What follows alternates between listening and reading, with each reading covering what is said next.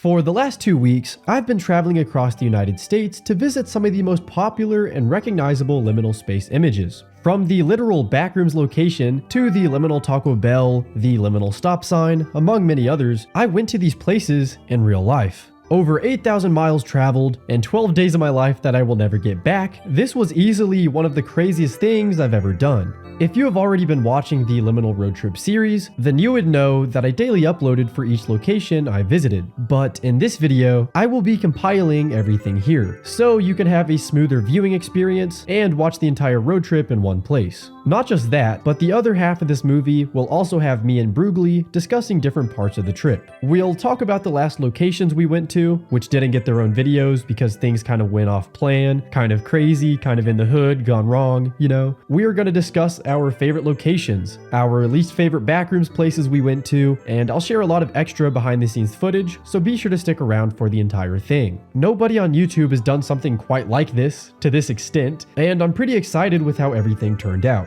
Before I finally get to the video, I wanted to thank all of you guys for watching, for supporting, because without an audience, there is no liminal space road trip. With that said, if you want to see another series like this in the future, get the video to 7,000 likes. That's literally it. It's kind of a high number, but it's a funny number, and I hope to get there soon.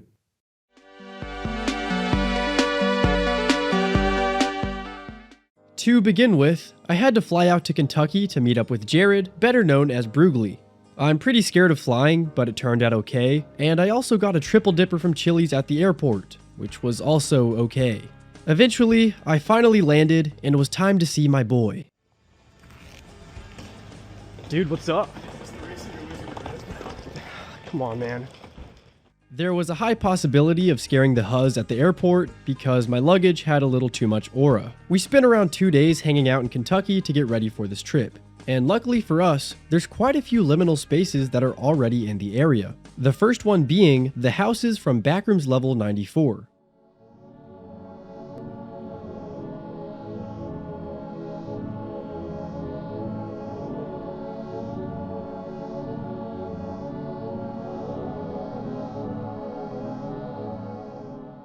These aren't actually the houses from that image, but we will be visiting those ones in a few episodes. The backstory behind this location is that Jared used to actually live in one of these cursed homes. So Jared, you used to live here, right? I did. And you said it kind of made you mad, like you kind of went insane. It made me have derealization, bro. Every single morning I woke up, I looked out my window and I saw my own house over and over and over again. People always outside, no privacy, everything echoes, the walls are paper thin. It's modern suburban hell. Suburban hell, that's what it's called. Suburban hell, that's truly like what it is, bro. I like this little skate ramp somebody made. Nice. I should have brought my Heelys. Low key. I think that's a good point though, just the lack of like nature. There's no trees. You said there's no animals. No animals, bro. Where are they gonna go? I don't know. They can't live here. Not going here, I'll tell you that much for free. I don't think that pictures or videos will ever do it justice for just how wild this neighborhood looks in person. It's not only something straight out of a Backrooms level, it's also on par with the houses in Despicable Me or Cat in the Hat. If I saw someone walking down my house just recording, I wouldn't think it, not in this neighborhood, I wouldn't think anything of it, bro, to be honest. I mean, I'm telling you, there's some like weird people that come in this place. Do you think people who aren't into liminal spaces, like, you think they feel the feeling it gives them? They just don't know the word for it? Maybe subconsciously, you know? I mean, if you live in a place like this, you have to, right? You wake up every day and you see your house over and over and over again. You're in that in-between space. You have nothing, but you also have a house at the same time.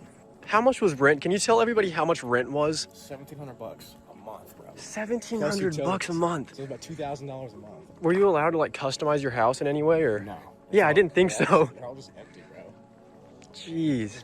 Overall, I think that this place is very liminal, and be sure to stick around to the end because I'll be doing a tier list of all the places we go to. But yeah, there are real people who live in this personification of suburban hell. Jared was one of them, and feel free to spend around $2,000 a month to live here in Richmond, Kentucky. This is kind of like some like Fruitiger Arrow, right?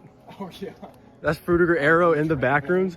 There were quite a few people watching us from their porch, and I thought it was pretty funny just seeing grown men recording us for their own safety.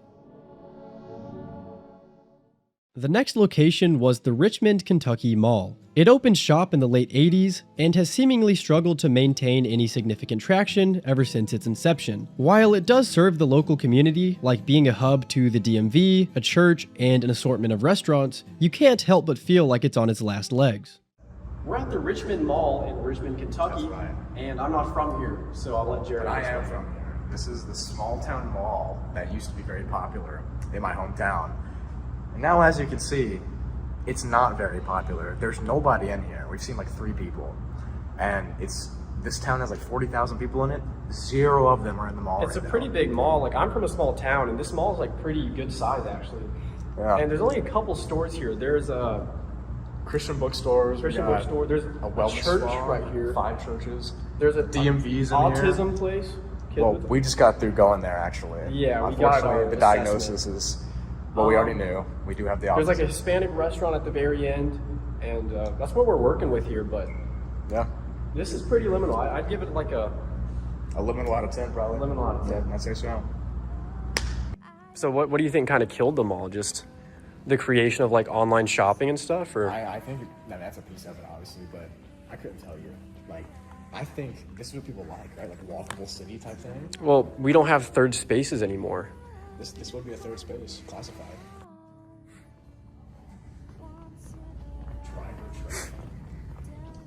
Some leftover water. Is this the almond water in the back rooms? This is the almond water. Okay, here's what you want to do. You want to take this and you want to drink And you want to drink it? and your sanity that comes back. Oh, it helps the sanity. Okay.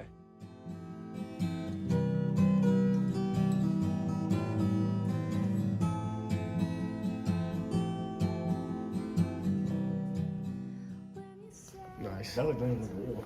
That's like 17. Show that to the camera again. That was like 17 upvotes on the Reddit. Almost. You guys think that's 17 upvotes? Guys, comment down below. How many upvotes would you give this? Is that 5 karma, maybe? That's like 5 karma. Maybe 6 or 7. Whoa! There's the DMV, bro. The driver's license. Regional office. I sat right here like 2 months ago with my ex. Right there. These exact 2 seats. We're gonna burn that chair to the ground, brother. We'll put it in the trash heap.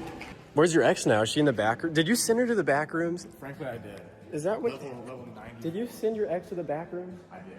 And I won't apologize for it, actually. That's fair.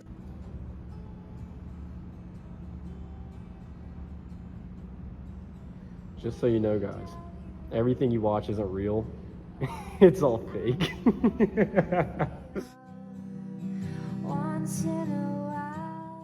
Guys, leave a comment if Jaden Salads is thick, bro. I kind of think he is. Okay, that works too. Here I said, leave a comment if I'm gay. And as soon as I said that and took a picture, an innocent lady walked into the room and got flashbanged by my camera. Deploying flashbang. I'm gay. So that was funny. I actually liked the Richmond Mall a lot. It was a bit underwhelming and there wasn't much to do, but there's something very wholesome and special about it. While we were filming, there was quite a few people, both old and young, just walking around to get some steps in. And like I said, it's the home to a church, a Christian bookstore, and a few other places that help the community come together just a little closer. And we need more of that in the world. After we hit the mall, we went across the street to get some Starbucks. I got a pumpkin spice latte, better known as a PSL. It'll be the first of many on this trip. And for some reason, I thought it was acceptable to record my reaction to this absolutely obliterated toilet in the bathroom.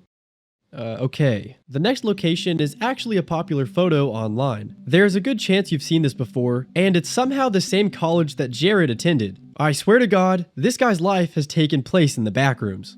Bro, Is this liminal space? We're in liminal spaces right now, guys.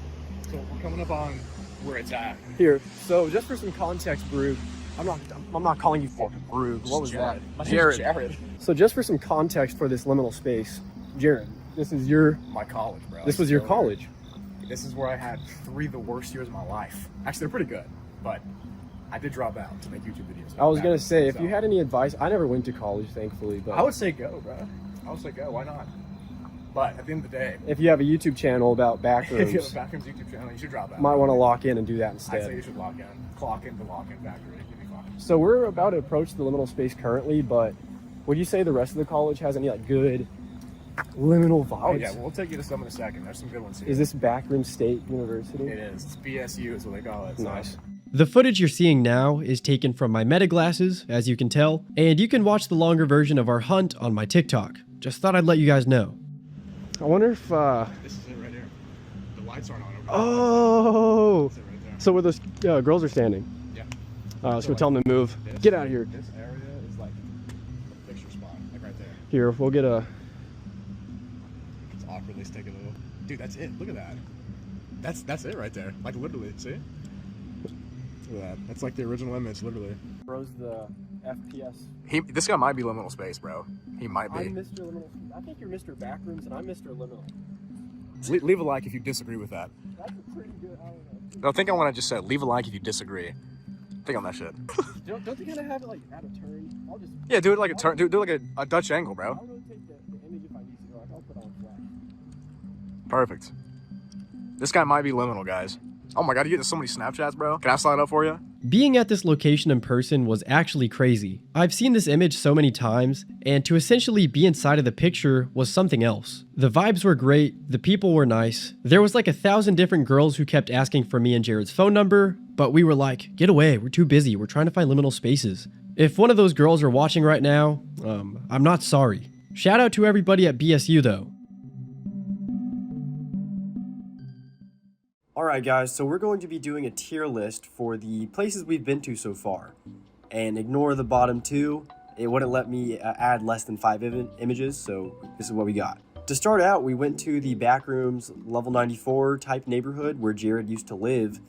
And being in this place was genuinely pretty crazy. I'd say that's a great liminal space. It's like bordering between out of this world and great liminal space, but I'll leave it there for now. The next one was the Richmond Mall, and I think that was a good liminal space. That's just how I feel. Feel free to disagree in the comments section. And for the last one, it was the Eastern Kentucky University, aka Backrooms State University. This one was pretty good as well, so I'd probably just put that in... I would put that in good as well. Then of course, the pumpkin spice latte is out of this world, and sad Jared saying bye. We'll put that in meh. For the last day in Kentucky, we just hung out, got some Olive Garden, and look how good this food is. And guys, let me tell you, I've never been to Kentucky before, I've never had any expectations on what Kentucky even looks like, but it is one of the most beautiful states I've seen so far. At the end of the day, I hung out with Jared and his friends. Subscribe to Jaden Salads. Endorse me. Subscribe to Jaden Salads. Is there anything you want to say to the people? There's only one thing. Subscribe to Jaden Salads. What's your handle on anything? Jimson on YouTube. All right, don't follow that. All right. How about you? Anything you want to say? Hell of a dude. What's your handle? I ain't got it. I don't run it. These dudes were an amazing introduction to Kentucky, and the vibes are great to the start of the trip. All that's left now is getting on the road and going to the rest of these places. Now, if you ever no-clip out of reality, chances are you won't know how to create any of humankind's greatest inventions for survival purposes. But what if you hypothetically found a book that could help you with that? Let me introduce you to The Book, the ultimate guide to rebuilding a civilization. Brought to you by Hungry Mind, an international group of artists, scientists, architects, designers, and entrepreneurs, they all came together to create The Book. It's essentially a massive visual journey through the history of human innovations that combines beauty, intellect, and inspiration. I was super excited to check this out for myself, and the first thing I noticed was just how nice the quality really is. It's got a nice texture on the outside, and the print quality is top notch. There's over 400 pages, 180 topics, and 23 chapters, as you can probably assume based on how big the book is. This thing will definitely keep you busy, as there's plenty of unique historical, scientific, and artistic content to consume here. While the book is quite literally an encyclopedia of humankind's greatest discoveries and inventions, I found myself drawn to the more simple side of things, such as how to make a water filtration system from scratch, or how to make a gyroplane. It's topics like these that I feel I should actually learn. That's not to discredit the numerous of other topics, the more intricate stuff. Honestly, every page is pretty captivating. For those curious, the book quickly became one of Kickstarter's top projects, and even became a bestseller in 2023. With over $2.3 million raised to produce the book on Kickstarter and Indiegogo, it's a total success story, all because of people like you watching, who take the time to fund creative projects like this. This is a great gift for people with a curious mind, and it also makes a good display piece. It's just a cool thing to have in your house. This piece of artistic literature has definitely inspired me to think bigger, as it delivers a lot of rare knowledge that isn't really packaged anywhere else like this. And for all of the intellects watching, there's numerous of hidden puzzles inside of this. There's multiple quests that you have to find. There's hidden websites and hidden butterflies that mean something in the grand scheme of everything. I challenge all of you to try and solve the codes in this, because there's only been 7 people in the entire world who have ever cracked the code to this book. Hopefully you go and check out the book by using my link, https://mdsh.io/JadenSalads.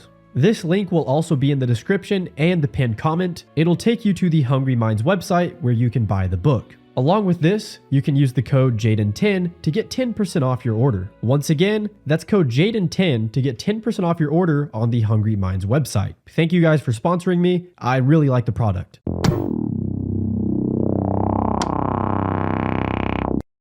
Before we made our way to the back rooms, my day started pretty bad. I woke up with a headache and a really sore throat. You can probably hear it in my voice right now.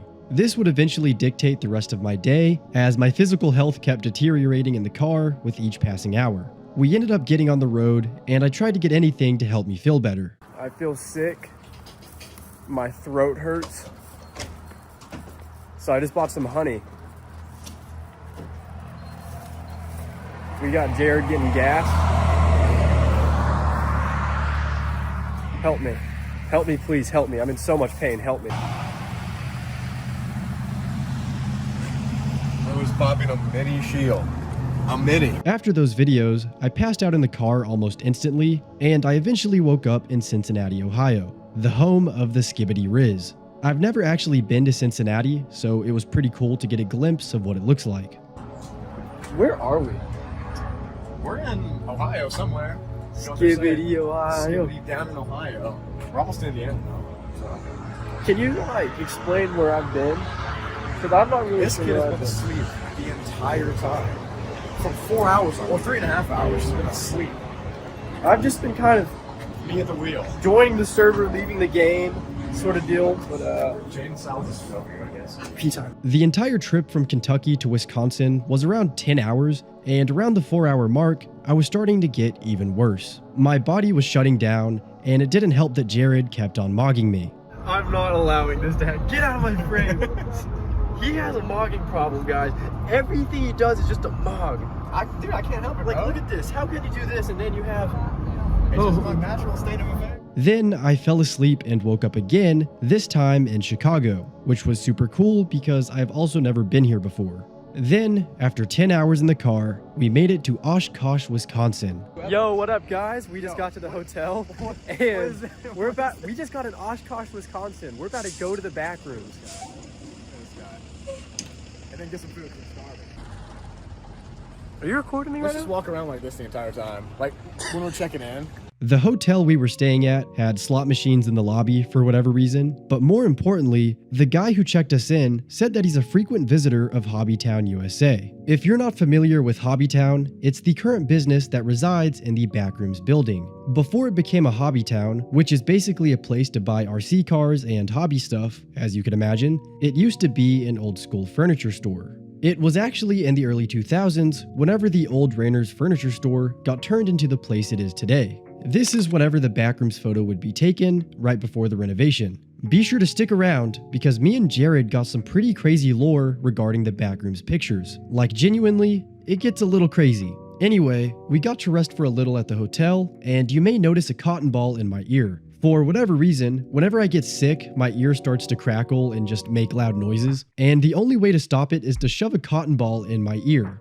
So there's that. Who needs modern medicine whenever you can just shove a cotton ball somewhere? So we got some Backrooms entities here already. These guys, this is who slimes us out in Oshkosh, Wisconsin. I don't know. We're getting slimed in Oshkosh. We might get slimed out, low key. Oh yeah, I forgot it's. Jared has a woke It's a Jeep, bro. I mean, you have the woke mind virus, right? You can't roll down the windows over here. You got to go over here. You can take the doors off. That's why it's a Jeep. It's meant to go off road. That's woke.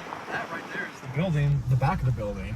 This is the back of the building for the. This is the front of the building. One of these is Hobby Town, bro. Well, It's that. Got to be that one. That's got airplanes and stuff. We're gonna park and we're gonna walk over.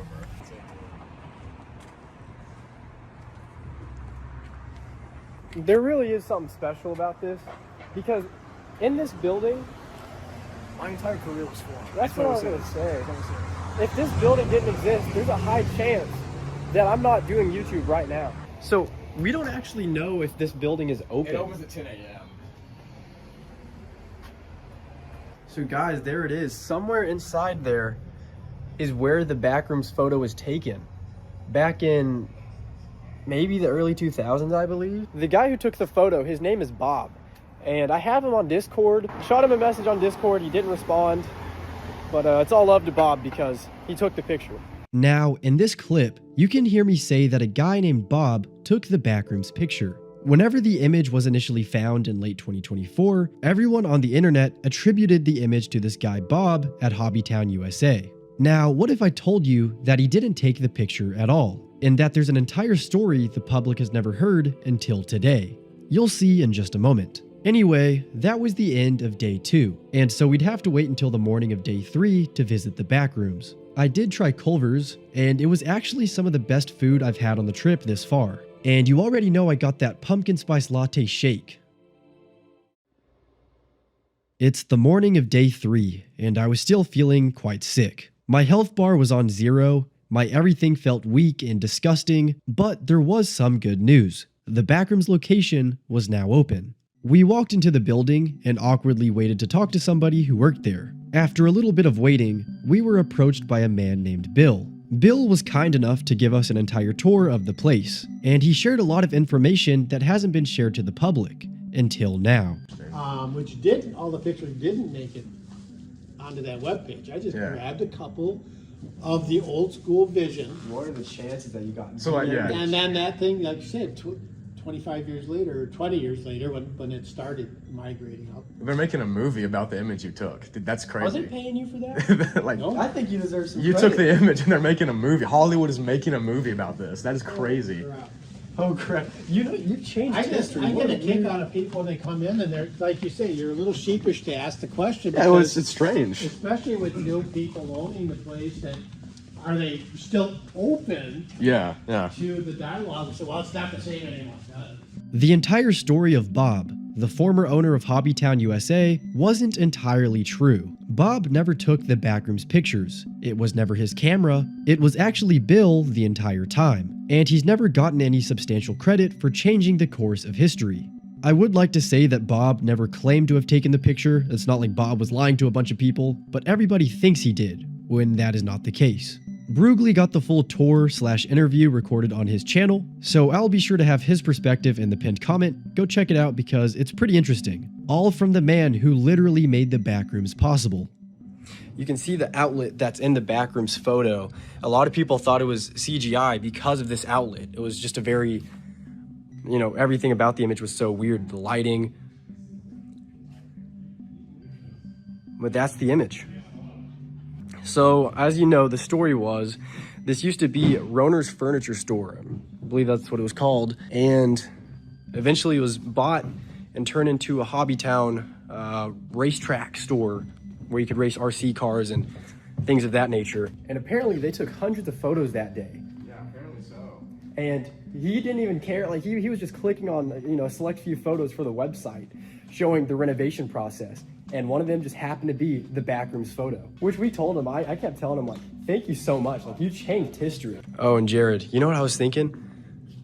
What's up? 6'7". Really? Oh, dude. What's that right there, guys? 6'7". 6'7".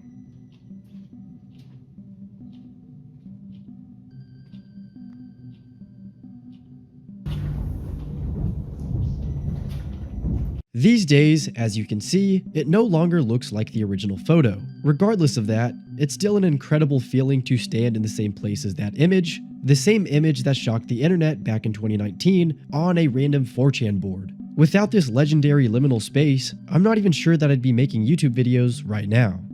I'm touching the back rooms. Touching the back rooms. That is crazy, bro. Like, I cannot believe this. You see it so we've seen it so much on like Instagram and stuff. Dang, and that is that. After we took it all in, we went downstairs to buy some official Backrooms memorabilia. There was a card game, postcards, a plethora of books, and even a plaque of authenticity that had the Backrooms wallpaper in it. Jared would end up getting the plaque, and we both got the rest of the stuff they had, and I'll review it in a minute.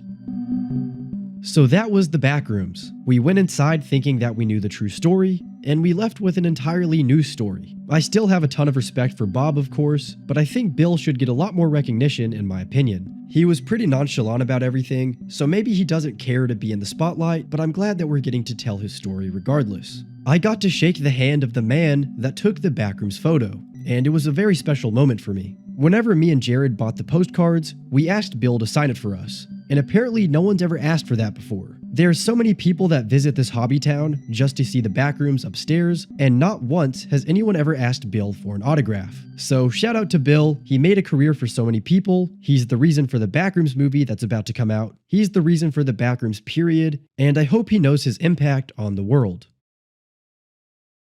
Before I show you guys the stuff we bought, I have to do the tier list for every liminal space that we're visiting. This one is a no-brainer, the Backrooms is a one-of-a-kind situation, and so it'll forever be at number 1. It is truly out of this world.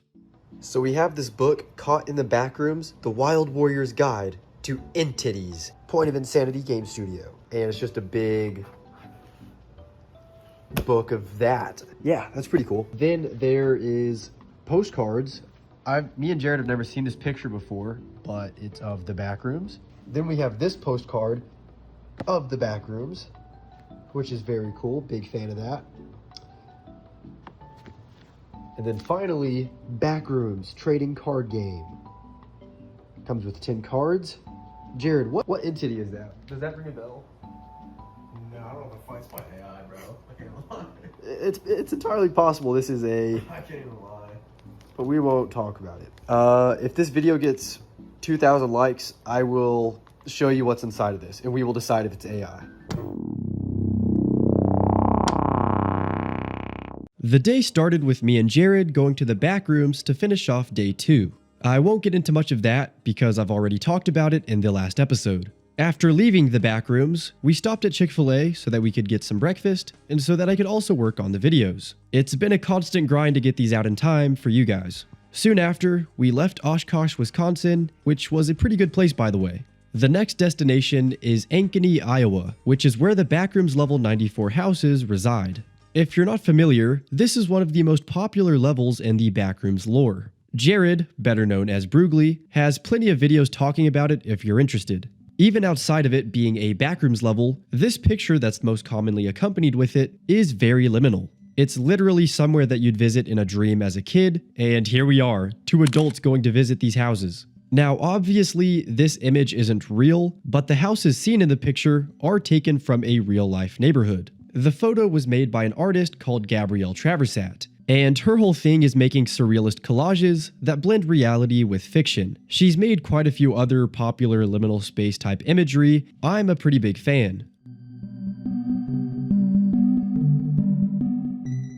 After 6 hours of driving, we finally made it to Ankeny, Iowa. Holy shit, that is holy shit, look at that shit, It's bro. right there? Look at that. Whoa! Yo, hold on.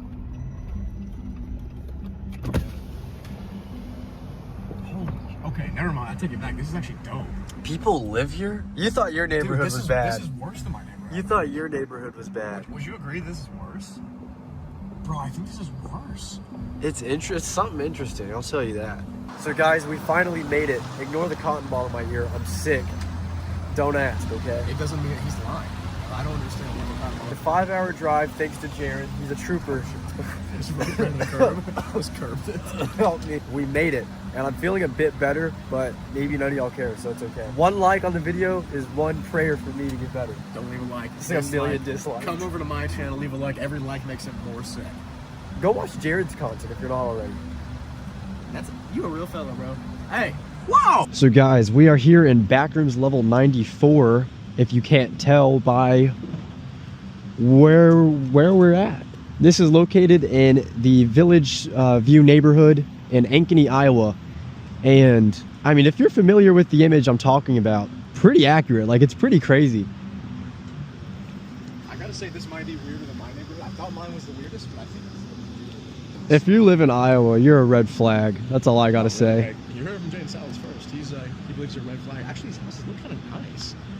I don't want to be peeping in people's windows. Right? Yeah, we gotta zoom in people's windows. Should we go to the very back, maybe? Yeah, let's go to the back rooms. Let's go to the back rooms of backrooms level 94. Where are the animation entities at? Guys, where are the animation entities at? Where's the castle in the sky? Where's that? I'm gonna Photoshop that in. And what's up with the like the alternating colors? That's the same thing in my house, though. It's a different. Is it? I do gotta say, like, without doxing these people, the inside kind of looks nice from what I'm seeing. Like, They seem to be large houses, don't they? no, these are pretty girthy. Did you hear what you just said, guys? Pause. He's got his meta glasses on, but he thinks he's tough now. But I can hear it. Jared's just mad he's broke. He don't have money like me. Please donate to the BROOGLI Fund so I can afford meta glasses next day. Please donate to me for medical funds. I went to Kentucky He got sick. and he got me sick. I He's never had have dysentery Kentucky. now.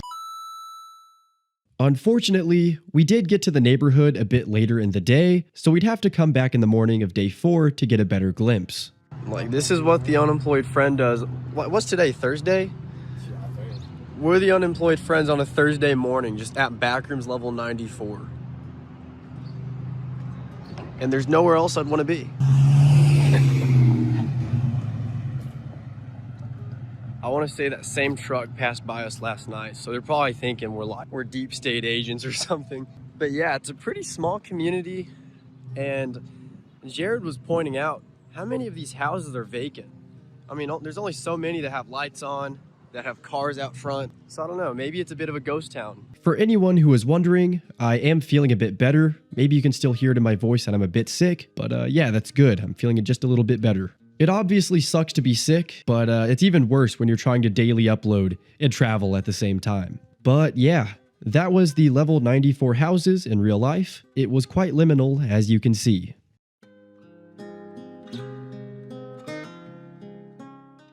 I was actually curious to see what the inside of the houses looked like, because they appeared to be quite roomy. They are pretty big. So I found some listings on Zillow, and yeah, maybe you guys should move to Iowa to live here. It's not terrible. Some of these houses are for sale, as just confirmed by Jared. Indeed. So You know what? Crowdfund me, guys. Feel free to move to the Villages in Ankeny, Iowa. And now we will say bye.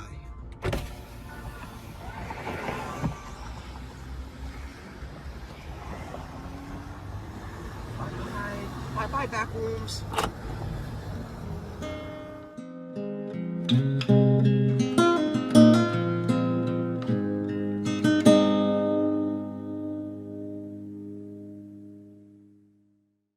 Before I get to the liminal tier list, I thought I'd reach out to Gabrielle Traversat to get her input on the image's popularity and me being there. Hey, I'm at the neighborhood seen in your classic image. Just thought I'd show you. And how did you choose these houses out of every other neighborhood? LMFAO, where are they located? I'll be honest, I probably looked up suburbia on Google Images, and these popped up as some real estate stock pics. And I thought, these look like some pretty good caricatures of houses. Sweet. Definitely going to credit you for creating the image. Is there anything you'd want to say to everybody? I mean, how does it feel to accidentally create one of the most iconic backrooms levels? It feels weird as hell, but I'm so astounded at how much it resonated with people, and I'm so glad it did. I love how everyone just played with it and kind of made it their own, making Roblox maps, backrooms levels, gave it lore and deeper meaning than originally intended, and even how people went on scavenger hunts to find the original places. And me. I think that's a beautiful thing about the internet. Shout out to Gabrielle for creating this image and unintentionally making one of the most popular backrooms levels. You can follow her Instagram at spectrometry. Now is time for the liminal space tier list. I think it was really cool being there, and it was very surreal. Surely the people living at the villages have some eerie, dreamy feeling about it that they're not conscious about. But I'd say it's a great liminal space. It can be out of this world, but I think it's great for now at least.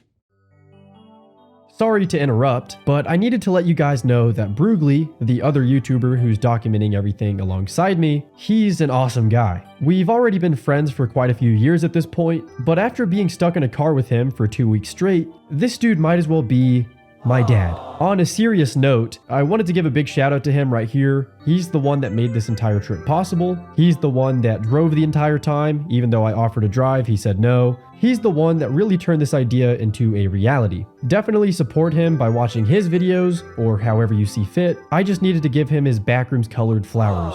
Shout out to Jared. We all love BROOGLI.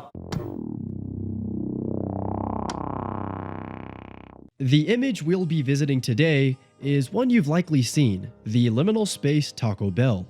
I believe it was first uploaded onto the liminal subreddit 4 years ago, right here. Ever since I've seen this, it's been one of my favorite liminal spaces, just for how silly and ethereal it is. Imagine the liminality of Gmod's Flatgrass and placing a Taco Bell inside of it. Anyway, we started the day off by finishing up some recording in Ankeny, Iowa, so I won't be getting too much into that here. After that, we hit the road and made our way to Rapid City, South Dakota.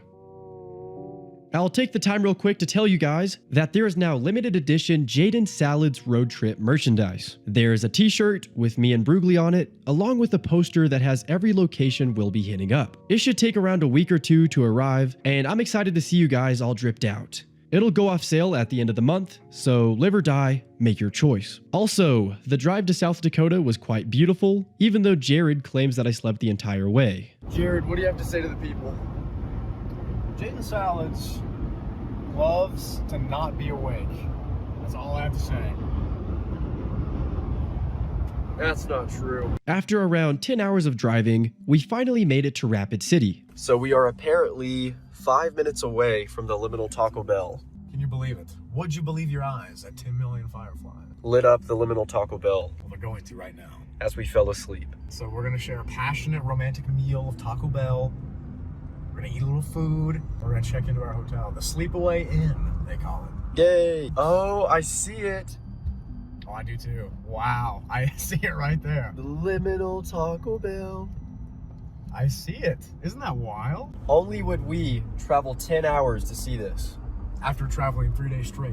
And shout out to Jared, because he's the one driving. I get to sleep in the car, thankfully. Jared is the one putting his mental health on the line. That's right. So everybody leave a comment saying something nice to Jared. Oh, screw that. Go to my channel. Go to his channel. Drop dislikes on every single one of my And videos. dislike every single one of Jared's videos. Do that right now. This is the hotel that the image was taken from, by the way. And I'm hopefully... thinking the 3rd or 4th floor on that side is where it was. Okay, there's not that many floors to mess up.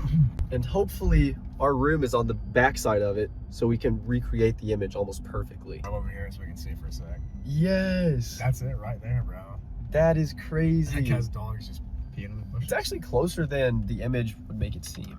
They've also, I think, is that a remodel since the image was taken, perhaps? Here's like a SCP, like 069 or something. 096, the old man. 096. Free backrooms mattress for anyone wanting to sleep out here. We could honestly just walk there. No, I was gonna suggest that. Yeah, just walk there. Chat, are we cooked? Are we cooked? What would my ancestors think about this? Me and Jared kiss. Me and Jared kiss. We kiss all the way. Every state, baby. One kiss for every state. Now, you can tell from whoever took the photo that they're not on the ground, they're from a higher up place. You can even see a street light right here. And if you look at whatever locations this person could have possibly taken the picture at, it could have only been taken at this hotel in one of the back rooms. No pun intended. The problem is, we didn't know if we would get one of these back-facing rooms to get a view of the Taco Bell. Moment of truth. We're trying to get a room that aligns with the image because it was taken from this hotel. Can this open, please?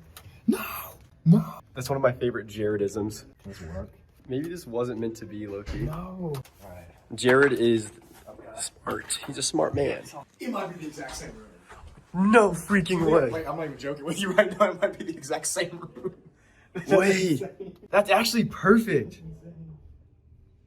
That's actually so similar. If not the same room, just a few rooms over. Guys, and in person, this is very pretty. Like, I'm sure you can imagine, but I'm a fan of capitalism in nature. Eventually, we finally got to order from the Liminal Tea Breezy. We drove 10 hours. He drove 10 hours.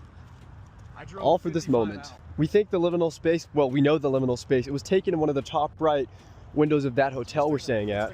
And here we are, time to see what this is about. I think it's exciting how we see all these images from afar. And here we are. We're quite literally in a liminal space. Like, it's crazy.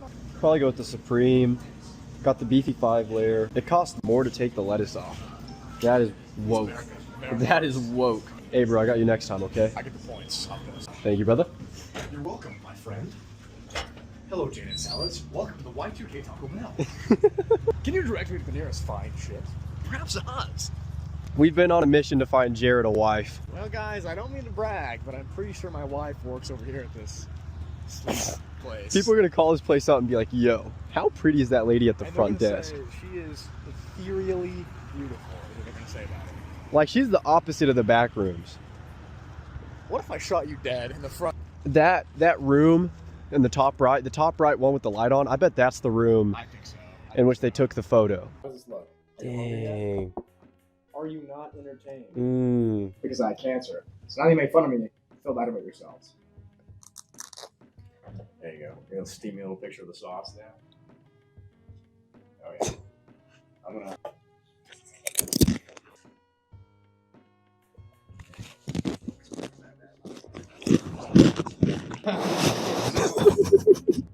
I need to get my mild sauce.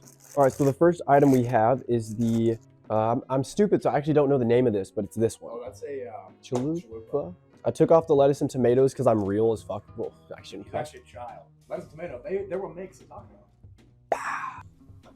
Boom. I'll start much. This is what it's supposed to look like. A nice, beautifully constructed. you just made a mess. You know what I'm saying? You just made a freaking mess. not gonna- Dude, I know we're actually making people hungry though, because this looks pretty good for me. This is my favorite Taco Bell item. Beefy 5-layer burrito. I don't really want people seeing me putting this in my mouth, so I'm gonna like go off cam for this. Screw backrooms content. I'm doing mukbangs from now on. Also, we haven't eaten it all today, but not once. So He's had a coffee, nicotine pouches. that, and then literally a water. That's all I have. The fucking Because like why would they do that? And what's the purpose? oh, and they slurp. The way they slurp their food. If I ever slurp on camera, guys, you have the authority to shoot me in the face. It depends on the context of like what kind of. Dude, a burger is not slurping. I hope I get comments being like, they eat weird. Dude, they eat. Why do they chew so loudly? On the morning of day 5, we decided to get some Taco Bell as our breakfast. And seeing it as one of the first things in my view when I woke up was truly beautiful. Like, genuinely, it's so much better in person. There's something very fascinating about it. The fact this Taco Bell is placed in the very back corner of a decently populated city, it makes no sense, but it works. And not to mention, the soft rolling hills are very nice to look at. BROOGLI, what do you think about the Liminal Taco Bell? You know what? I'm a fan of the Liminal Taco Bell. I think it's beautiful. Actually, you can buy the plot of land next to the Liminal Taco Bell We should right do now. a big YouTube compound right next to this place. And then we can have Liminal Taco Bell whenever we want to, guys. Whenever we Is that the freaking vibe? want. Could that be the vibe? Does everything look correct on your screen? Yes, ma'am. Bro's being a kind person and stuff. There's the back view. He likes it from the back. It's true. I like to look at things from the back side, you know, get a different angle, different perspective. The BROOGLI versus Nicki Minaj beef needs to be studied. How long's it been going on for? It's like the 1,000-year war. 10 years. Finally, Liminal tier list time. Guys, if I'm being honest, this was almost out of this world, but I'll probably put it at great for the time being. I am open to change, but I'll settle on this for now.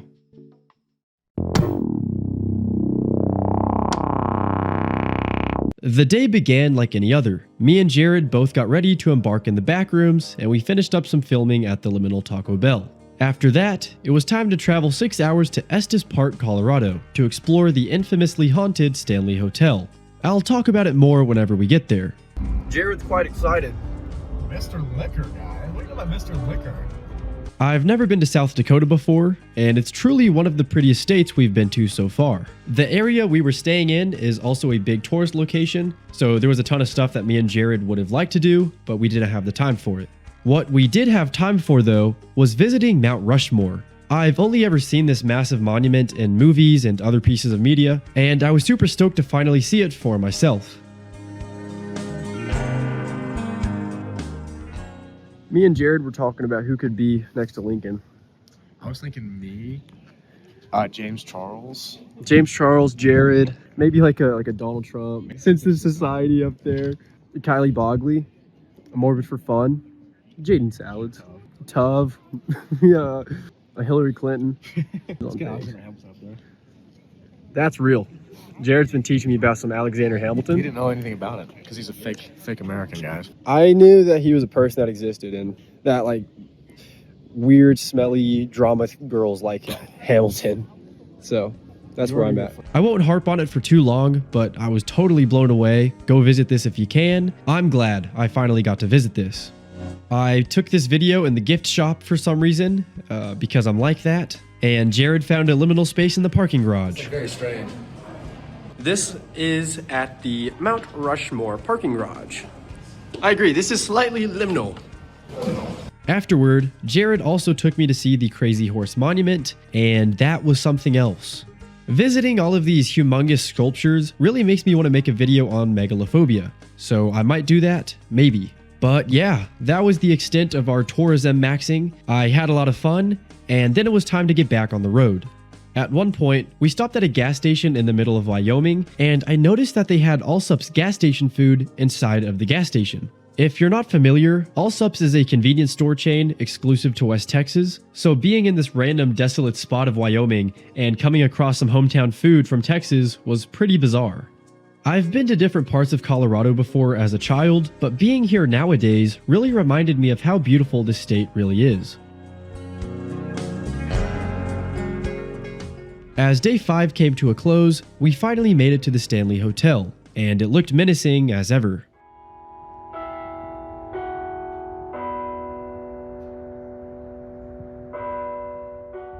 For those who don't know much about the Stanley Hotel, it's one of the most infamous and haunted hotels in the United States. It opened back up in 1909 and was founded by Freeland Oscar Stanley. Throughout the years ever since, thousands of guests have reported paranormal events to occur, and on top of that, the hotel is quite liminal. Most notably though, the hotel gained most of its popularity as being the inspiration for The Shining. The story goes that horror icon Stephen King was staying at the Stanley back in 1974. He stayed in room 217, and during that time, he had nightmares of terrible things happening to his family. Because of that, and the overall eeriness of the hotel he was staying at, Stephen King wrote The Shining based on his Stanley Hotel experience. This book would of course go down in history as one of the greatest horror stories, and would also be adapted into an even bigger movie. Here's Johnny.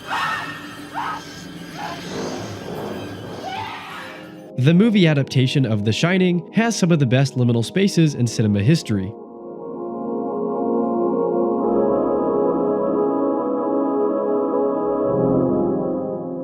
Unfortunately, these spaces are unvisitable because they are from a movie set, and none of the film was actually shot at the Stanley Hotel. Despite this, the hotel is still super creepy and crazy, so let's get into it. Got some McDonald's. This is the hotel room we are working with. And for anyone who's been leaving the comments, I'm not going to say which type, but there's a type of comment. Yes, we are sharing. We are sharing a bed, it's true. And it's on purpose, actually. I wanted to share a bed. Anyway, check out this drink I got. It's called like a Galaxy Mocha something. Me and BROOGLI were both working on our videos because we were trying to daily upload for you guys. And he finished his video before I did, and he also had to wake up super early to drive, so he decided to record his daily experience on his own. Be sure to check out his perspective over at BROOGLI. Eventually, it was my turn, by myself, to record. So it's like 4 in the morning. I'm hoping to not run into anybody because that's just kind of awkward. Guys, you know what I noticed? I'm so chronically online that this part of the hotel, this is where Tyler Oliveira and Brent Rivera got in their infamous beef. I'll play the clip here. Question. Yeah. Do you fake your videos? No. Do you fake your videos? No. Alright. Okay. Have fun, guys. I don't know what's going on here. So if any of you guys remember that, I'm almost positive it was like right here or right there. If you're not familiar, basically Brent Rivera. I like how this is a scary place, and I should be talking about ghosts. I'm talking about Brent Rivera faking a video. Someone left their room, and I got spooked.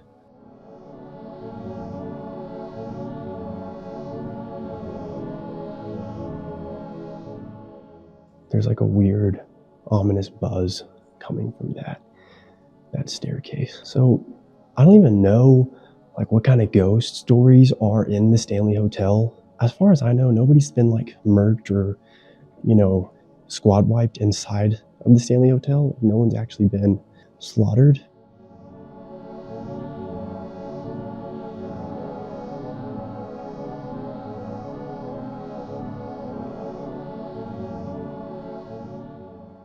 So as far as liminality, this is kind of liminal. This is kind of bizarre.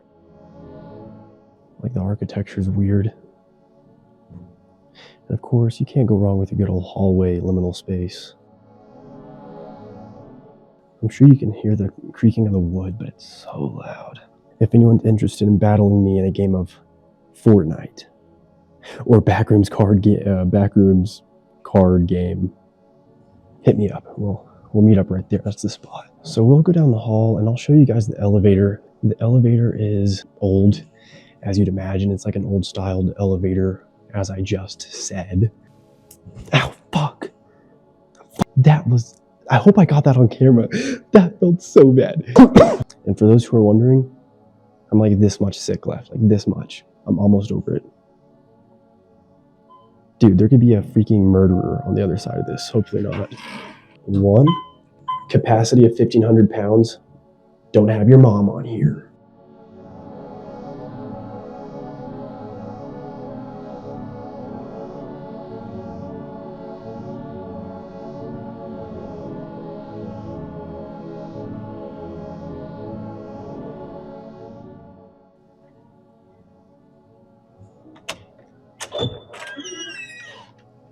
Hopefully this is pretty entertaining for you guys. I know it may not be the most liminal thing ever, but just the vibes of this place, even though The Shining wasn't actually filmed here, I mean, just looking at this building is menacing. Hopefully it translates to the camera, but jeez, man.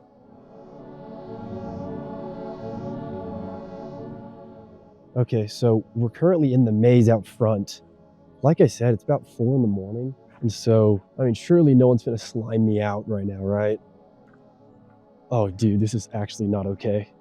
Oh, gee. I actually don't like mazes. Just as long as there's no other human presence out here, I'm completely fine. That light's kind of in my face, but kind of trying to get some face cam for you guys. Holy fuck. I'm not even gonna lie, this scared me very bad. Is this Stanley? This is Freeland Oscar Stanley. Hotel's named after him. Maybe he made the hotel. Shout out to this guy. Oh, this is not okay. I am actually so scared right now. I don't like this at all. I don't like being by. Oh, that is creepy. I don't know what you'd call that, but I'm scared of statues now. I just feel like that guy's gonna get me. I gotta get out of here. I survived the Stanley Hotel maze. It was a little creepy. It was actually pretty creepy. Just look how creepy that is. I don't know if you can see him. He's the statue just peeking over.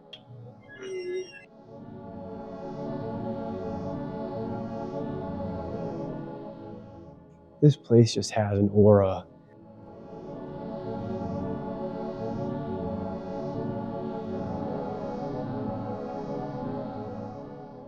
That kind of reminds me of like a Backrooms Level 5 Terror Hotel, which we will be visiting. Backrooms Level 5 Terror Hotel very soon, very soon.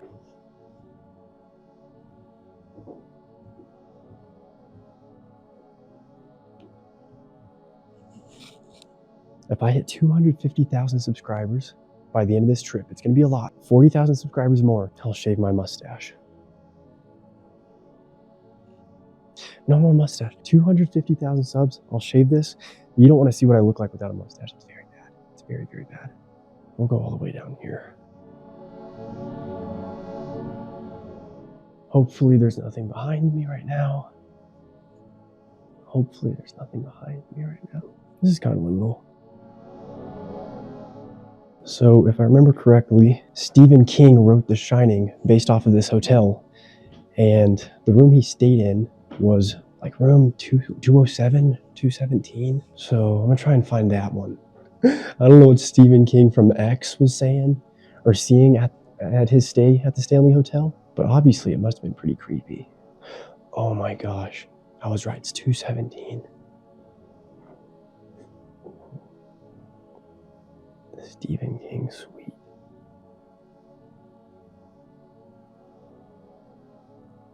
I feel like I've kind of hit the mark on all of the areas of the Stanley Hotel as far as I'm concerned, unless there's more stuff I haven't seen yet. By the way, guys, I have to be up in like an hour. I'm gonna have an hour to sleep.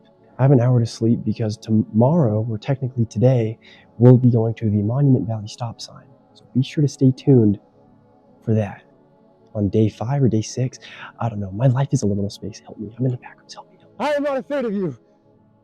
You are just a guy. Subscribe to Jaden Salads or you will die, and go to the backrooms. Okay, I'm going to get over my fear of inanimate statue guys. Is that a violin or a fiddle? I can't tell. Whatever this is, I played the fiddle in the school play once. Remember that for whenever you write my YouTube Wikipedia. If any of you guys know how to do that, get me on Wikitubia, please. That's what this is all about, actually. I need to be on Wikitubia.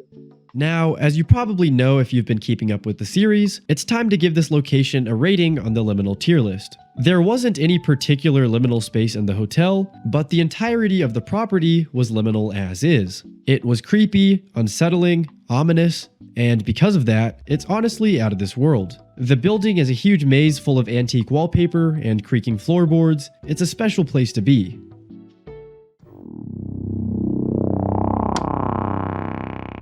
Fancy ice caramel latte. Yes. A grown man from Kentucky. Talking about, can I get a venti? And that's it. The day started out like any other, and we hit the road early in the morning. Both me and Jared were running on like an hour of sleep because we stayed up all night filming ourselves running around the Stanley Hotel. But yeah, we had to leave early as possible because our next stop was 9 hours away at Monument Valley. To those not familiar, Monument Valley is a large park and region in between Utah and Arizona. There's plenty of large buttes, and it's very beautiful.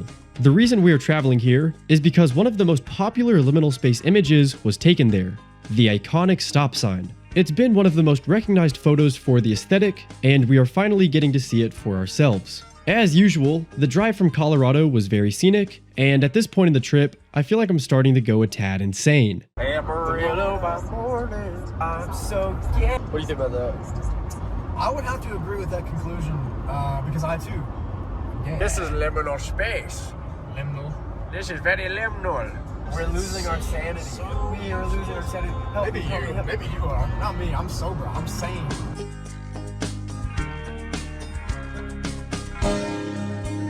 Don't let this distract anybody from the fact that this is the 4th time Jared's played Stairway to Heaven today. Top 5 song of all time. Argue with a wall. Jared, he has autism, so he has the same set of like 8 to 10 songs. It's like 15 songs, actually. And playlist and plays over and over again. I'm not complaining. They're pretty good songs. I've been learning them pretty well, but I just thought I'd have to tell you guys. You see the hat? You see the shoes? You see the money? And you see Jared BROOGLI? 1 like equals 1 tickle on Jared's belly. Guys, I got my belly removed, you goober. After quite a few hours of driving, we finally made it to Utah, a state I have never actually been to before. During this time, we also ate some Carl's Mother Freaking Jr., and it's mid, as always.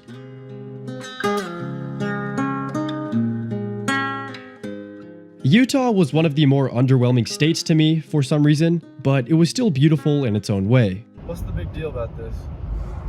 Well, it looks to be, if I remember correctly, a gigantic hole in the ground. It's like a tourist attraction. They like carved out the sign, and you like go in there and stuff. Or New York style pizza with any toppings for just $9.95. I can't even see it. By the time we got to our motel, about 20 minutes away from the stop sign, it was a bit too dark to check it out. So we decided to look at it on the morning of day 7.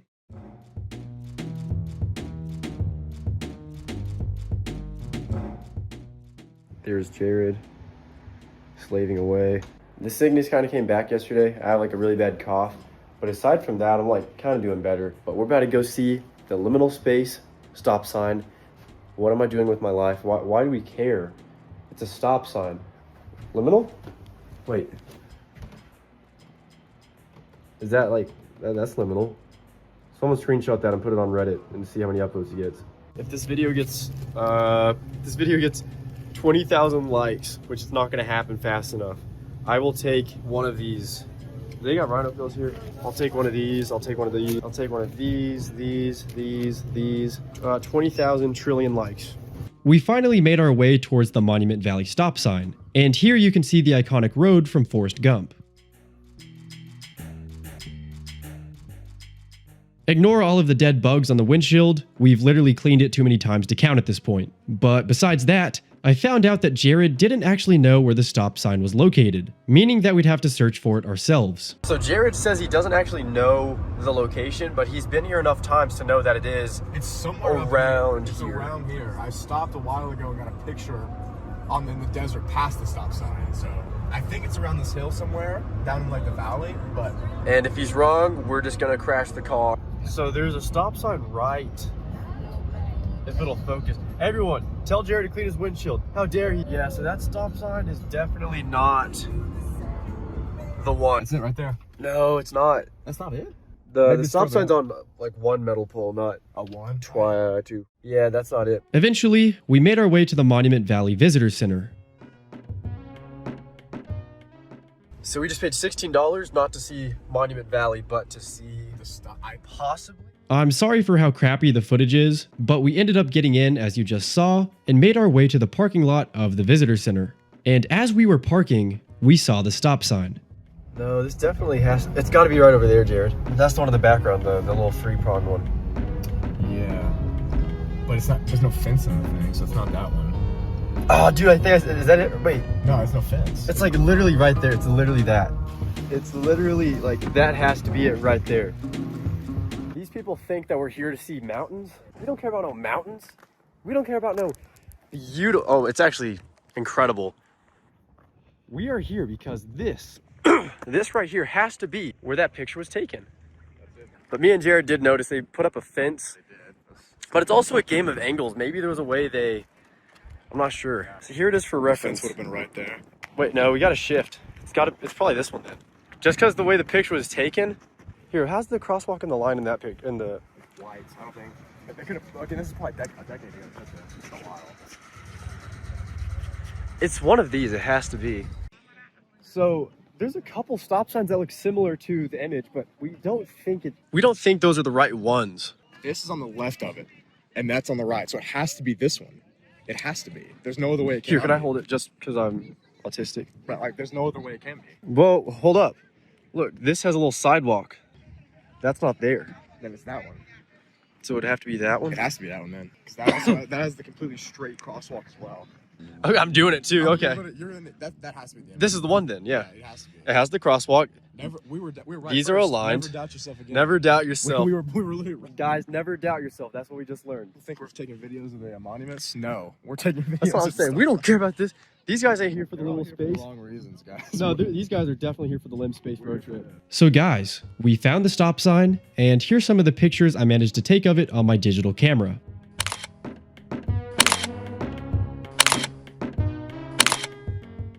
I thought they came out pretty good, and they're quite liminal here. Aside from the stop sign being found, let me state the obvious and tell you that the surrounding scenery was amazing.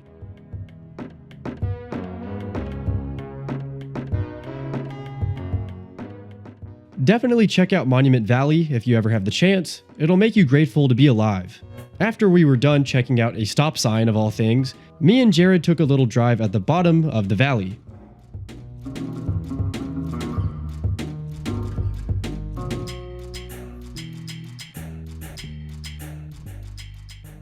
That pretty much concludes day 6 of the road trip, and we are now officially halfway done. I've been super grateful to have done this in the first place, and to see all these new wonderful locations. I honestly never leave the house, as you can imagine, so I have a feeling that this road trip is going to be a good change for the future and for the better. And not just that, but the support from you guys watching has been super awesome to watch. So many of y'all have been leaving tons of support on all my platforms, and I see most of the comments, and I'm grateful. Now is time for the Liminal tier list, where I rank every liminal space that we visited. So far, I feel like everywhere we've gone to has been pretty positive, and I don't really have anything negative to say about the stop sign. The popular image of it is without a doubt going in the top 2 tiers, but seeing it in real life for ourselves wasn't as surreal. The scenery was amazing, everything about it was great, but it didn't necessarily feel as liminal as the other ones we've been to, and it's probably because it's a stop sign. I think it's a good liminal space in real life, but the classic picture does it much more justice in my opinion. Also, I've been thinking about it, and I want to change Jared's old neighborhood to the top tier, because it's truly never left my mind for how crazy it is.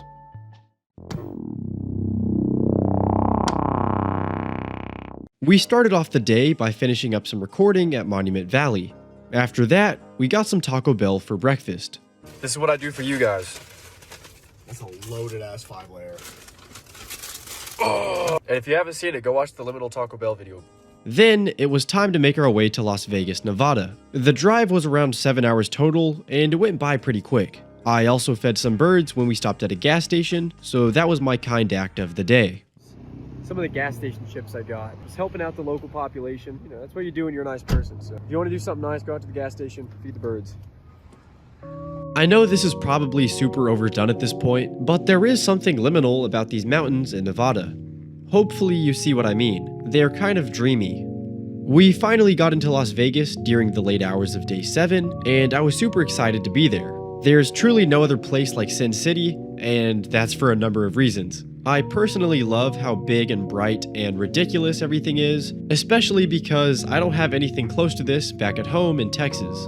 Anyway, the location we'll be going to in Vegas is the Omega Mart exhibit at Meow Wolf.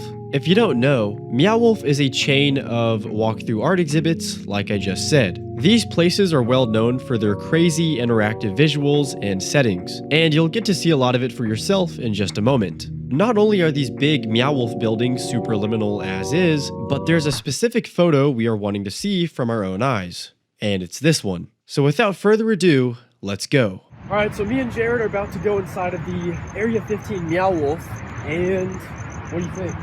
I'm pretty excited. I honestly don't know what to expect, so. It should be liminal or something, so see you there. Allegedly. If any of you guys have ever played Dead Rising 2 off the record, this part of what they call Area 15 at Meow Wolf was really reminiscent of Uranus Zone. You're a real one if you know what that is. Jared just made us go to an entirely different building, and I'm putting him on the spot. You know me, baby. Everybody go dislike Jared's videos right now. And then dislike Jaden's, and then report Jaden's channel for being stupid and dumb. So, this is what we're dealing with. And that is where the one liminal space was taken at, in this building right here. I didn't think it would look like that. No, I didn't either, no. This is the entrance.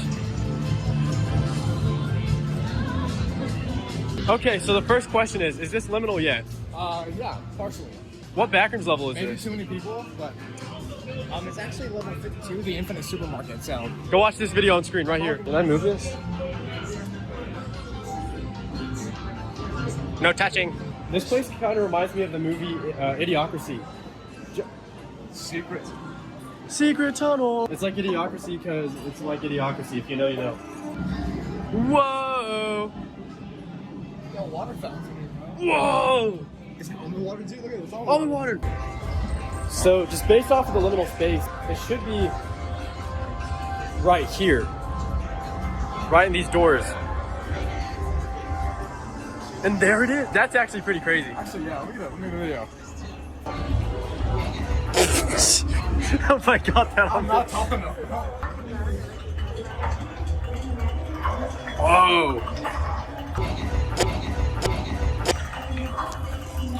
I'm not gonna lie, this is one of the best liminal spaces on the trip because this is unnatural. Liminal? Is this liminal, guys? So we've done a little bit more exploring. We finally found the liminal space photo. And this place is really something else. I mean,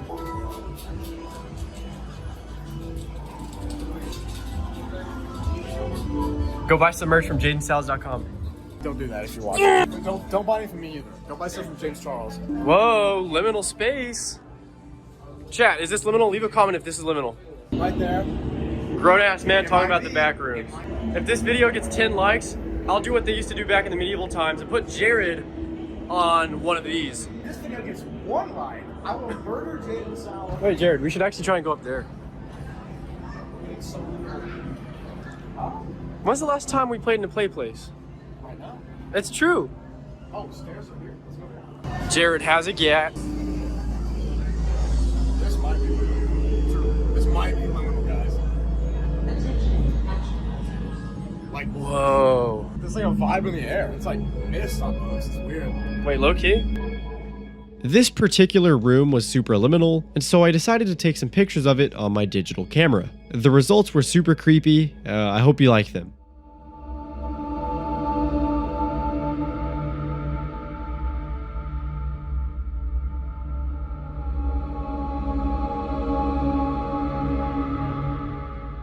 Sartorian from the fool's gold mouthpiece, the hollow horn, plays wasted words, proves the one that he not busy being born. If anyone knows what he's saying, translate it, please. But guys, I think we're gonna leave the exhibit.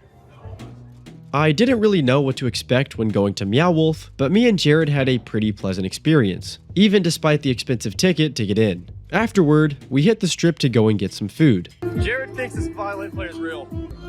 Scam. I took Jared to one of my favorite places to eat in the entire world, Rockin' Potato. That right there is one of the best places you could ever eat in your whole life. Probably the best place in Vegas to eat, so Rockin' Potato, go check it out. If you ever have the chance in Vegas to go and check this out, then do it, because it'll truly change your life. I highly recommend the lobster roll. Unfortunately, we wanted to do some more stuff, you know, wig out and have a big hangover type night, but we needed to head back to the hotel to get some rest. But on the way back to the car, I saw someone familiar. Come on, that's not the robot. Come on, man. Robot, G. You don't know. I'm black. I know. There's different structures of the robot. Nah, I do another robot. Let me see. Robot does not move like that. Y'all saw my video Instagram? Oh man, hey, yeah, oh man. Can you give a shout out to BROOGLI? Who? BROOGLI. Yo, what's up, BROOGLI? Shout out to BROOGLI. What's up, man? Fuck yes. Oh my gosh. Wow. Did God give you this? Huh? Did God give you this? God did. How you know God spoke to the job?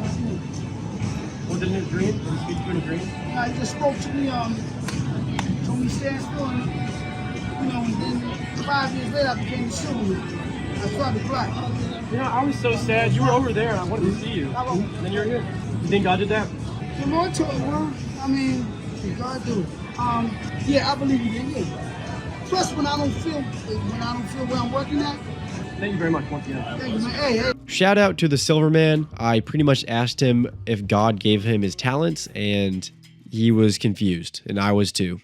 Alright, now it is time for the Liminal tier list, where I rank all of the liminal spaces we visited so far. I feel like it's kind of obvious, but the Las Vegas Omega Mart almost has to go into the out of this world tier. Sure, it's an artificial space that's made to look liminal, like it's on purpose, but it does the job very effectively. Even though it cost around $170 to check it out, I guess it was worth it.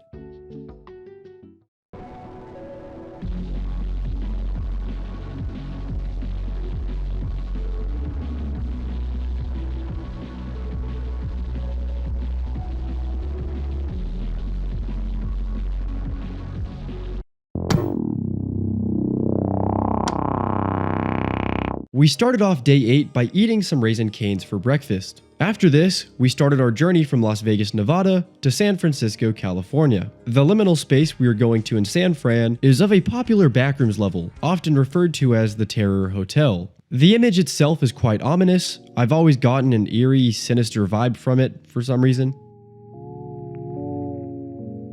Anyway, this photo was taken at the Sparrow Hotel in San Francisco. Aside from the liminal space, there's nothing too notable about the hotel, but that won't stop me and Jared from spending an entire day driving to go and see it. What did you just tell me? Take note. I cleaned the windshield off as good as I could, and by the time I get to San Francisco, it's gonna be covered in bugs. For those of you that don't know. Stop leaving comments that are mean. On the way out of Vegas, we passed by this huge roller coaster / casino abomination in Primm, Nevada. The building is called Buffalo Bills Resort, and I guess it used to be a popular place back in the day. I'm pretty sure that this roller coaster was also one of the biggest in the world at one point, for all my roller coaster heads out there. Nowadays, the roller coaster is inactive, and Buffalo Bills is kind of on its last leg, likely due to the fact it's out in the middle of nowhere. I've seen some YouTube videos of this place on the inside, and it's a total ghost town. Me and Jared should have stopped by and seen how liminal it probably was. At one point during this 10-hour drive, we stopped at a gas station that had a frozen yogurt shop. I always love pistachio froyo. Certain products, foods, and beverages sold or served here can expose you to chemicals including blah blah blah. Cancer, reproductive harm. Despite the cancer warnings on the wall for a frozen yogurt shop, it only fueled me to keep pushing. Like pushing P, Skibbity Riz, Ohio 67. Wait, Jared.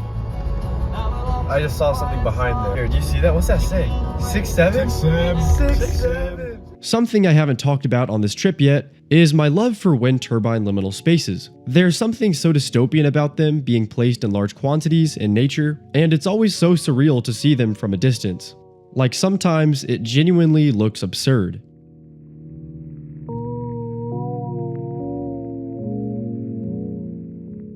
About an hour outside of San Francisco, I stopped to get some Subway and saw this blast from the past. I missed when Subway used to look like this. It's kind of like Global Village coffee house, maybe? I need to go outside. Then, after a full day of driving, we finally arrived in San Fran. Aside from being the home to one of the worst NFL teams, I never knew much about this place. What I quickly learned though was just how beautiful it was. The architecture on all the buildings were nice to look at, the air felt nice, the lighting at nighttime felt calming and hopeful, and my love for San Francisco was growing at every second. And then, we finally went to a part of San Francisco they call the Tenderloin, which is where the Liminal Sparrow Hotel is unfortunately located.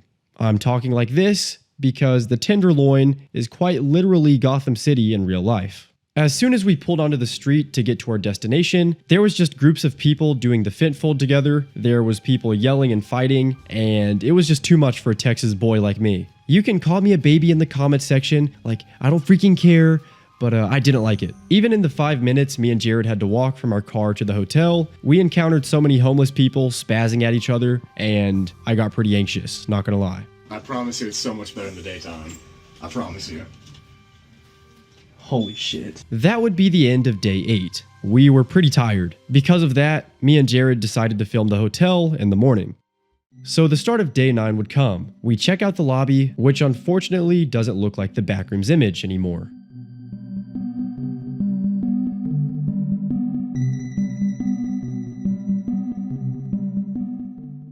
But what's hilarious is that there was a full-on protest against the Hotel Sparrow happening right outside.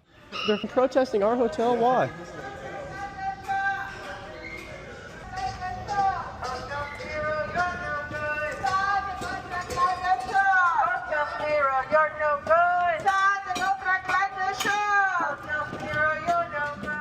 What are the chances that Jared and I picked out one of the most controversial hotels in San Francisco for this stupid road trip? I don't really know what they were protesting about, something about a contract, but they were out there from at least 7 in the morning to the time we got out of there. On the way out, I got to catch a glimpse of the beautiful Golden Gate Bridge. It was truly a sight to behold. I never thought I was going to see this thing for a long time in my life. Afterward, we got some classic Cali In-N-Out.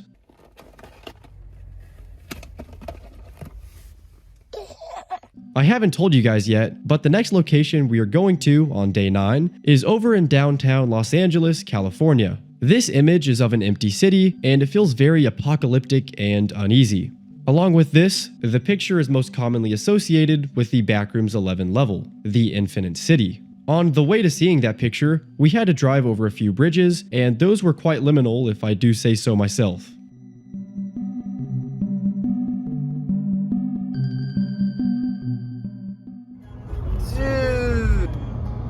That would be liminal, low-key. There could be a liminal pic of that. That would be very liminal, especially at nighttime. Once again, there were plenty of laminal windmills that I love staring at. I also have to break the bad news to you guys that we won't be visiting the Windows XP wallpaper as planned. We just didn't have the time that would be needed to go up and see it, but there's always next time. So maybe if this road trip does super good for both me and BROOGLI, then we're gonna make things right to you guys and go up to the Bliss Hill once and for all, hopefully soon. Eventually, we arrived in Los Angeles at the end of day 9 and went to sleep because we were tired. But on the morning of day 10, and after getting kicked out of the Airbnb for staying past the checkout hour, we made our way to Backrooms level 11. Hotel tell Broogli to clean his windshields as always. I mean, it's all his fault. Next person to tell me that gets sent to fuck my mom's house. So me and Jared, we had a pretty good night last night. We finally got some rest. That's what we did. We finally got some rest. Finally got some sleep. Finally got some sleep. Hung out with Sensitive Society, which we should be seeing him in a second, right? Yeah. Go check out his videos. They're super funny. Got the chicken and waffles, baby. Jared's got Chicken biscuit. almost as cool as mine. Dude, that's And goated. Mr. Sensitive Society. I got the omelet. Just the slop. Just the slop. Oh, slop? Slop food for a slop trooper? Yeah, keep going. You're good, you're good, you're good. Yeah, it's completely fine. We just walked out of the parking garage right around there. And there it is. That's backrooms level 11. We have an entity running towards us. He's about to get us. Dang. Would you believe your eyes? Would you believe your eyes at 10 million fireflies? Would you believe your eyes is 10,000? That's the limb space. That's the game. Can you believe that? Level 11. 3 more days left. 3 more days left till this trip goes down in history. Infamy. Infamy. Infamy, as you could say. It already has. Hey everybody, say bye to Backrooms level 11, Infinite City. Jared, come here. For the people, how many videos have you made over this place? Go watch them right here. I've made probably 3 of them, maybe 4. What entities are here? Like, what should we be scared of? So the real ones know that the entities in level 11 have the level 11 effect. They're not angry, so they're calm.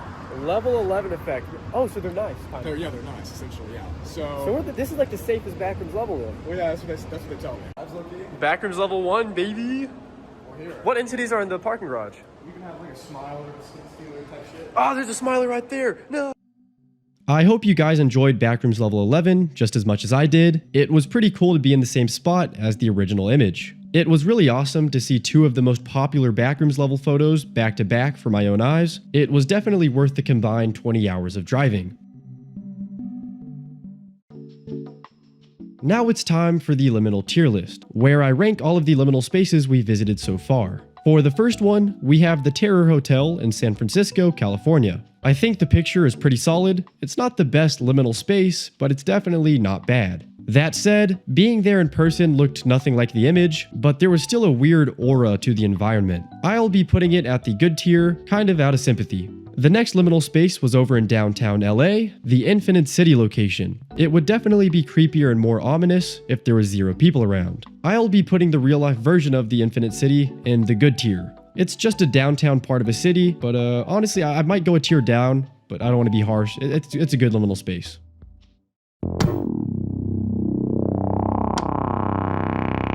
Day 10 started off with me and Jared going to eat IHOP in downtown LA with the fellow YouTuber Sensitive Society. Sensitive Society is honestly one of the nicest people I've met in the creator space. He's a pretty nice guy. But yeah, we wrapped up some footage for the last video we made, and then it was time to drive 7 hours to Sedona, Arizona to see none other than the Blue McDonald's. Believe it or not, this Macca's is quite literally the only one in the world with a blue turquoise theming. The backstory behind this is that the people of Sedona, Arizona believed that having a normal McDonald's would be too bright and disruptive to the surrounding landscape. So they somehow ended up with this very aesthetically pleasing building, which fits in a bit more with where they're at. Not only is this a total spectacle for the sake of being a spectacle, but it can also emit some heavy liminal feelings. Some of these images are eerie, comforting, familiar, and now it's time for me and Jared to see it for ourselves. I really like the mascot for this. Extra Mile. We don't have that back in Texas. This woke California Extra Mile. But I do like this. This is cool. If I get 1 trillion likes on this video, I will get this tattooed on my leg right next to my star. Me and Jared, of course, got some Starbucks to begin the day, and then we were on the road for good. Starbucks time, Starbucks time, Starbucks time. I love Starbucks, I love Starbucks. I talked about it a bit in my last video, but I'll do it again now. Pretty much, I am a big fan of wind turbine liminal spaces. I love the popular image that was taken from 28 Days Later. I love all the other nameless, obscure liminal wind turbine imagery. And I just love seeing how dystopian and surreal this can be in real life. It's a whole nother feeling. Anyway, after being in the car for quite a few hours, we stopped at a random gas station in the middle of nowhere, Arizona. Jared had to get some gas, and I had to go pee pretty bad. But then I randomly got the craving for Subway. So everything goes as usual, I'm ordering Subway as you do, and while I was ordering my sandwich in live time, the guy making my food stops. He looks up at me, and he says, "Are you Jaden Salads?" I kid you not, the guy making my sandwich recognized me, and that's the first time that's ever happened. It was honestly one of the most surreal moments of my life. Jared, live reaction. The guy's doing my sandwich. You know what he says? "Are you Jaden Salads?" We gotta go get a pic with him. Are you joking? Swear to God. Yeah, he said, shout out to Isai, dude. He's making my sandwich, and he says, "Are you Jaden Salads?" Yeah. Turns out it was Jaden Salads. I never thought that I'd be recognized in public by anybody, and so the fact that it happened in the middle of nowhere at a Subway of all places by the guy making my sandwich made it that much crazier for the first time. I ended up following this legend on Instagram. He was very kind. So here it is if any of you guys want to send him $1 million through IG DMs or something. But yeah, he made a super good sandwich and he was very nice. I'm grateful for the interaction. Right after all of that happened, we were about to leave the gas station and I saw a stop sign that needed its picture taken. So anyway, shout out to that legend. That completely threw me off. It was crazy. He's awesome. Look at the stop sign. It's actually very... I'd like to take a picture with the flash, but I don't want to kill anybody driving, so...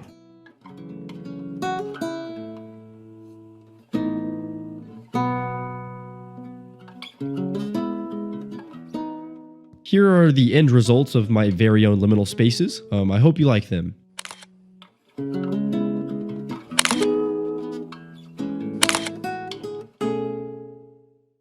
Then finally, it was time to eat some blue McDonald's. Oh! What? Oh, no way. Here it is, the blue Mickey D's, guys.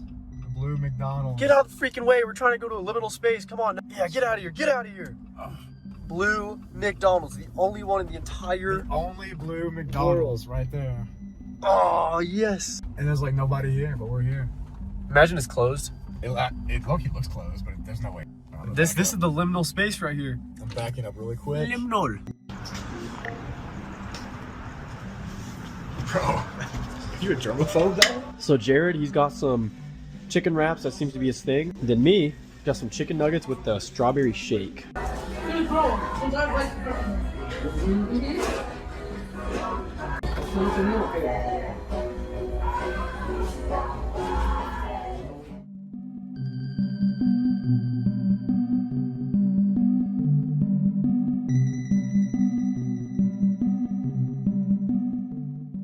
Hopefully we don't get slimed out in Sedona, Arizona.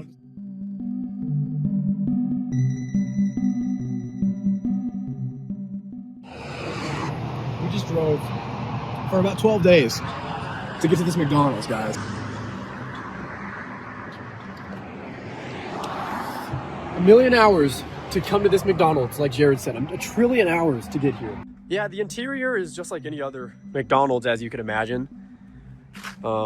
Oh, well, that's different, obviously, but yeah, I think it's cool. I think it's aesthetically pleasing. And for some reason, the blue colliding with the nature of Arizona, I don't know, I sound stupid, but I think it collides well. I think it's good. Yeah, I hope to see more of this, though. I hope we see, like, pink McDonald's. I hope we see black McDonald's. Like an emo McDonald's. That'd be cool, like a goth McDonald's. I hope we see green ones. Some wacky Pomo McDonald's. Shout out to those who know Wacky Pomo. Maybe like an LGBTQ McDonald's, like a rainbow McDonald's. That'd be cute. That'd be cute. That'd be cute. Yeah, I think we should have McDonald's for like literally everybody. So this is the surroundings of the area. It's next to an empty parking lot. There's a PetSmart. Jared's getting all giddy with it. But yeah, that's really all there is to see because it's a fast food restaurant as any other place we've been going to this trip. We keep on traveling all these hours, wasting our days to see Taco Bell's, to see McDonald's, and I'm grateful. It's actually the best job in the world, and we're so back.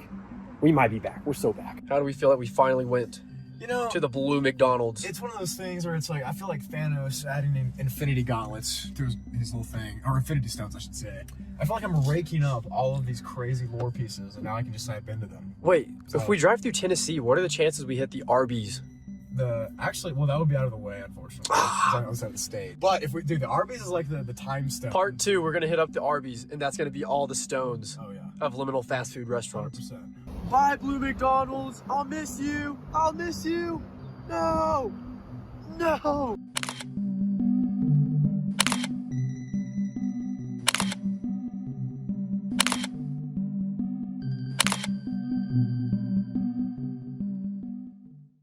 If you've been tuning into the other videos, then you would know that this part of the video is the liminal tier list, where I rank all of the liminal spaces that we visit. As you could tell, I was a pretty big fan of the Sedona Macas. It wasn't super out of this world, but my monkey brain was really firing off at the sight of comforting blue LED lights. As far as liminality goes, though, it wasn't terrible, but it's also not legendary. I'd personally say that it's in between great and good, but let me know what you guys think. I might base my answer off of the comment section. Hey guys, just gonna stop in and say, thank you for watching the video up until this point. Unfortunately, we didn't end up making any videos for the last 2 days of the road trip due to some unforeseen events that you're about to hear about. So unfortunately, we've been here probably maybe even over an hour. It's been over an hour, yeah. We're kind of being weird at this point. Definitely stick around though. This is the part of the video where you'll hear about some behind the scenes stuff, you know, see some extra footage. Don't miss out. Today, we've done it. Okay, it is officially about a month after the conclusion of the Liminal Space road trip, and Jaden Salads and I are here in a Discord call to go over it, talk about some different moments and instances that we enjoy, tell you some things you didn't know about too. There's some secret stuff that didn't make it into the original cut that you're now gonna see. It's gonna be a great time. Jaden, how do you feel? It's been a month. Is that crazy to you or no? It feels like yesterday. It's pretty crazy that. Can you believe what just happened? Sorry, my cat completely destroyed my background. But yeah, it's been nearly a month removed from everything, and I miss you, BROOGLI. I miss you. Dude, likewise. It's been insane. I feel like we're bonded in a way. A liminal space bond. Soul tied. Soul tied. Some would call it that. Indeed. I can't live without you, man. But that's not the point. You know, yeah, we're not confessing our love for each other, guys. This is different. This is off the script, as they say. But beyond that, I think it's important that we kind of take a look back, talk about some things towards the end of the trip, like the last few days that didn't make it into the chronology of the videos, and then moving past that, talk about favorite moments, things of that nature. Let's talk about the Texas stops, the ones that we did not release full videos on, because I think those are going to be pretty important for the viewer. They've been looking forward to it. I've been getting comments. Okay. I've never had a chicken sandwich from Chick-fil-A before. Look how they buttered that bun. I'm gonna put some mayonnaise on there. Shout out to everybody who likes mayonnaise. Got an iced coffee. I've never had an iced coffee from here before, so I'll try it for you. Don't get your hopes up. They're passable. We got the Chick-fil-A here, guys. Spicy chick sandwich, fries. We're currently vlogging each other while vlogging each other. Not bad. It's like whatever. And then Jared. Spicy chicken sandwich, Chick-fil-A sauce, fries, lemonade. This liminal space was on day 11, I believe. Yes. And this one in particular was like top 3 most exciting places to visit for me. Jared didn't really care for this one. Yeah, I was kind of in the middle. Right? I wasn't like, it was kind of like a give or take for me, but I was excited to see it. It was a liminal space, but it wasn't as important in my mind at the time. But I know it was to Jaden. It was Jaden's little golden egg. For whatever reason, this image in particular is, I think it's very 10 out of 10 liminal space. And basically the location is at this church in Midland, Texas. I'm going to go ahead and say now, don't harass me. Yeah, don't go to the church, because we did, and you guys shouldn't. Okay, don't. That's some foreshadowing. Yeah. Where'd we travel from? Earlier that day, we were in like near Tucson. We were in Carlsbad, New Mexico, is where we were staying that night. So we drove down from New Mexico to Midland.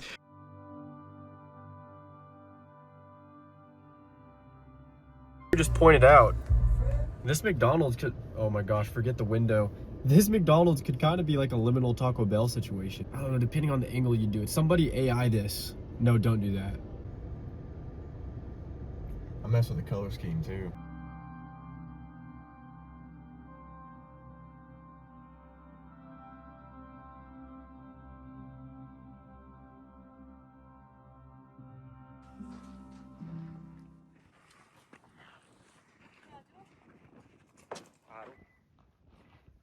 So Jared's big into national parks, and I appreciate it. It's just not really my thing. I wouldn't really think about coming to one. But this place, man, feels like I'm in a video game because I don't leave the house. Rare footage of Jaden Salads outside You know, going outside is actually kind of nice, believe it or not. If this video gets 7 likes, I'll grab Jared by the throat and put him into one of these cactus. Dude, that would so suck. Oh, really? Let's try some of this olive stuff that we hear so damn much about. Represent. Drove down from New Mexico to Midland. We were hoping to get inside the church to get the footage or whatever, but we get there. It's not a Sunday. It's not a day that they're gonna have services on. And now, to our discredit, to play devil's advocate, we called 2 times before, but we didn't call during the hours they were open. So we didn't get a person on the phone. So we shouldn't have been really surprised that we could not get into the building. Okay, we showed up on maybe a Monday, and no, it was a Friday. It was a Friday. We showed up on a Friday. Or no, was it a Saturday? It was either a Friday or a Saturday when we showed up. Okay, that's confirmed. I remember it being a Monday, but this, point being, we showed up when there's probably nobody inside the building. But when we get there, there was quite a few cars in the parking lot. Probably 4 or 5. Thought, there's some people that work for the church, maybe like a desk lady, maybe a pastor. Perhaps. And I think the strategy was to initially go up to the front door to see if we could get in, talk to somebody, and that did not work. Looks like some cars are here. Ignore the bug guts. Mid-Cities Church, baby? Yeah, there's a decent amount of people there, so we should be able to kind of weasel our way. I tried to reach out to the church before coming here, but I never got a response. So we're just gonna hope that they welcome us with open arms.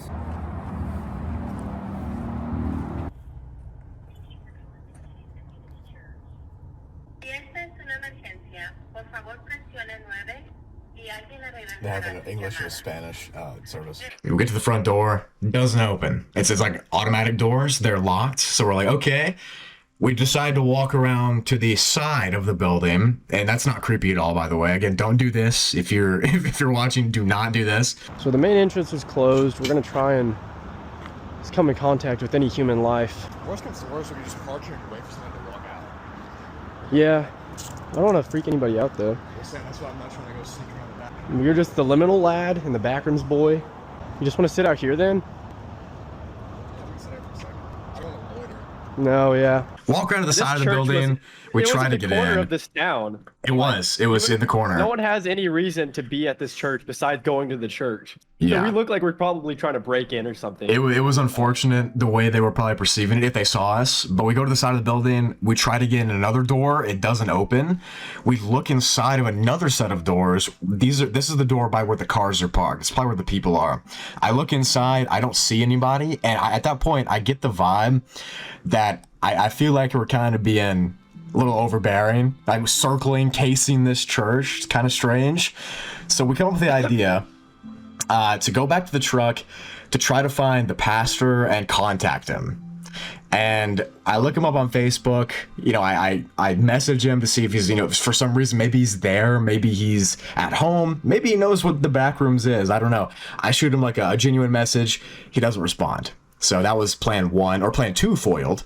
Plan 3, we decide to just go wait in the car by the other cars to see if somebody comes out that we can talk to. Okay, and this is where we this is strategy. Yeah, because we were literally camping people. Yeah, who were going in and out of the church, and there was one guy, one dude, yeah, who walked in with a set of papers, and he was eyeing the car. Oh, he was sussing out. He was sussed out. It was pretty bad. So a guy just pulled up to the church, and we're a bit nervous just because we've been here for a minute. We look like criminals, and we're not trying to freak anyone out, but we got to do it for the content.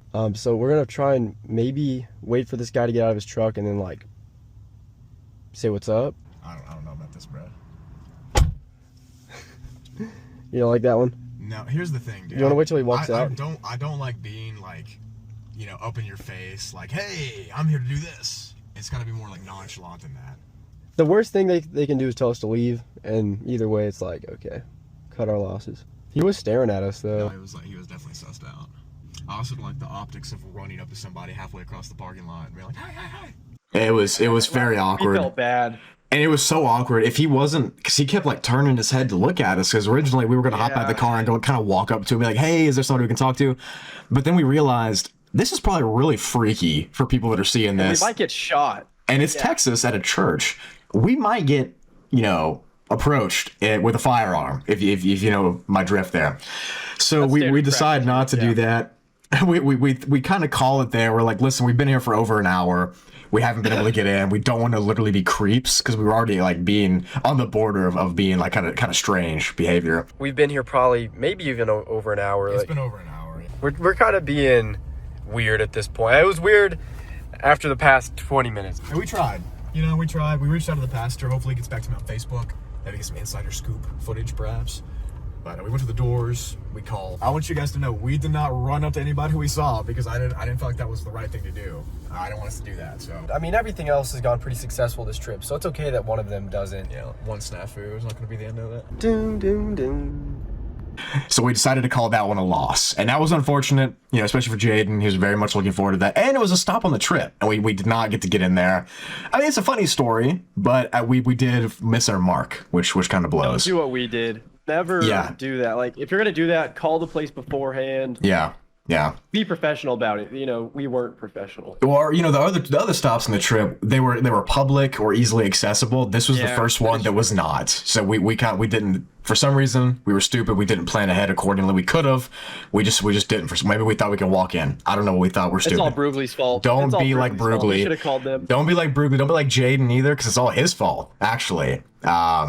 So leave a like if you think it's Jaden's or Broogli's fault, because it is. Therefore, we only get likes and no dislikes. How about that? Is that a good idea? Yeah, I agree. Yeah, I think so too. So that was a bust, unfortunately. So we decided to kind of just drive on to the next stop, which was New Boston, Texas, which was sadly a pseudo bust, right? This was almost another bust, but it wasn't actually a bust. It just kind of was. Yeah. I'll let you take this one. This is another one that you were excited to see.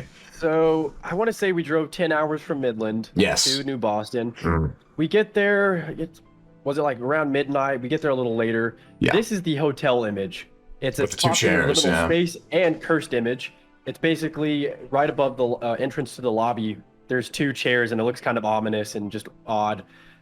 Well, we already took a gamble because we didn't know entirely if this was the right hotel to begin with. We didn't really know which exact one it was. And that's Jaden Salad's fault, by the way. I actually found this location. He did find a location, but at the same time, we get out of the truck. He says, dude, I don't even know if this is the right one. And I was like, oh, okay. All right, now's the moment of truth. This Holiday Inn Express and Suites could very well just be another hotel with no liminal space. And me and Jared traveled 11 hours for nothing. But let's find out. Jared, can you see anything from up there yet? I think we might have it. Guys, leave a comment if you think this is the right place. Leave a comment. All right, Jared. Walk inside, and it was the right place. It was. But they've since updated it. It remodeled. No more mono yellow walls, and it's very 2000s coded, the cursed images. Yeah. Nowadays, minimalism, corporate minimalism is It ruined over, it. Corporate minimalism ruined it. It's white, it's gray. Oh, it is. Jared, it's the place.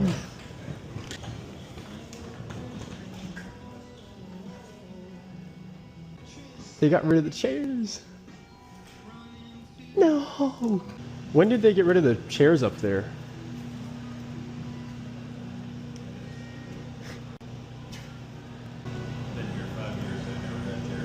What? And the chairs are no longer there, which just leaves a blank space. Yeah. That looks honestly more weird, like it's unoccupied. It does look strange. It does. It looks very weird. It looks odd, for sure. Yeah, and so, going in there, it's the last stop of the trip. I felt kind of defeated, just a little bit, because that's two back-to-back. Did he seem kind of annoyed that I asked him that? He seemed confused. He was like, what is this kid talking? He probably thought you were cracked out of your mind, but you are. Where's the chairs? Where were the chairs? The chairs are here, I swear. He said, I've worked here 5 years, there's never been chairs up there. So he's probably think I'm tweaking. How they massacred my boy.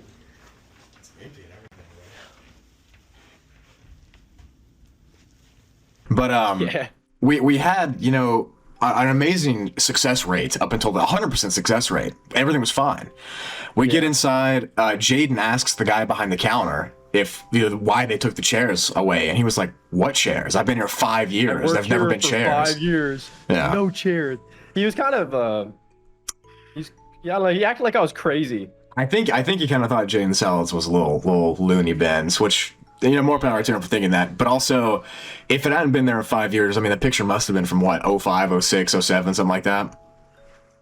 There's people on Reddit though who, I guess it's the early 2010s. Sometime during the 2010s they've removed that, because there's Reddit posts of people being like, "Oh, I went to the hotel and the chairs are there."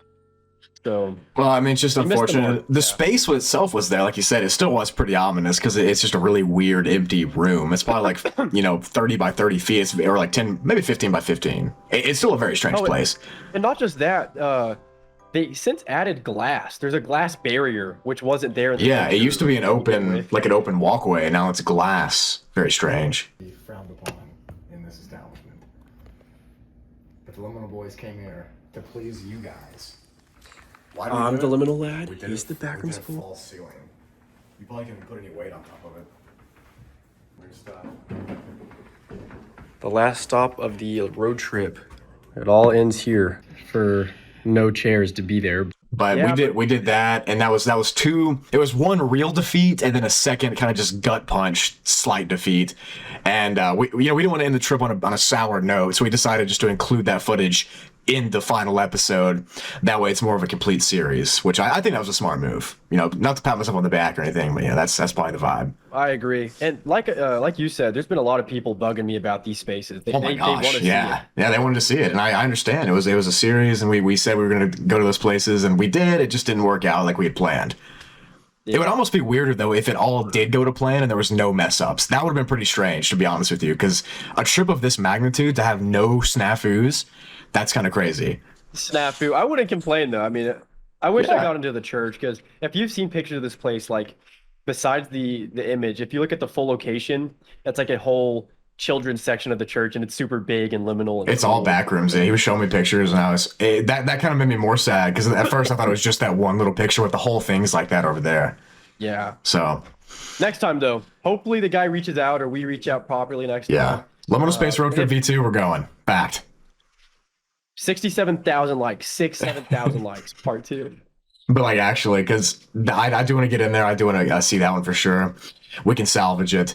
And those are the last 2 days of the trip. That was the end of the Liminal Space Road Trip. The next day, we just drove from New Boston back to Kentucky, and we made it home. It rained the whole day, all the way to, but we made it. Okay, yeah, I'll let you finish. No, that was it. Yeah, it rained the whole day, but we made it home. Yeah.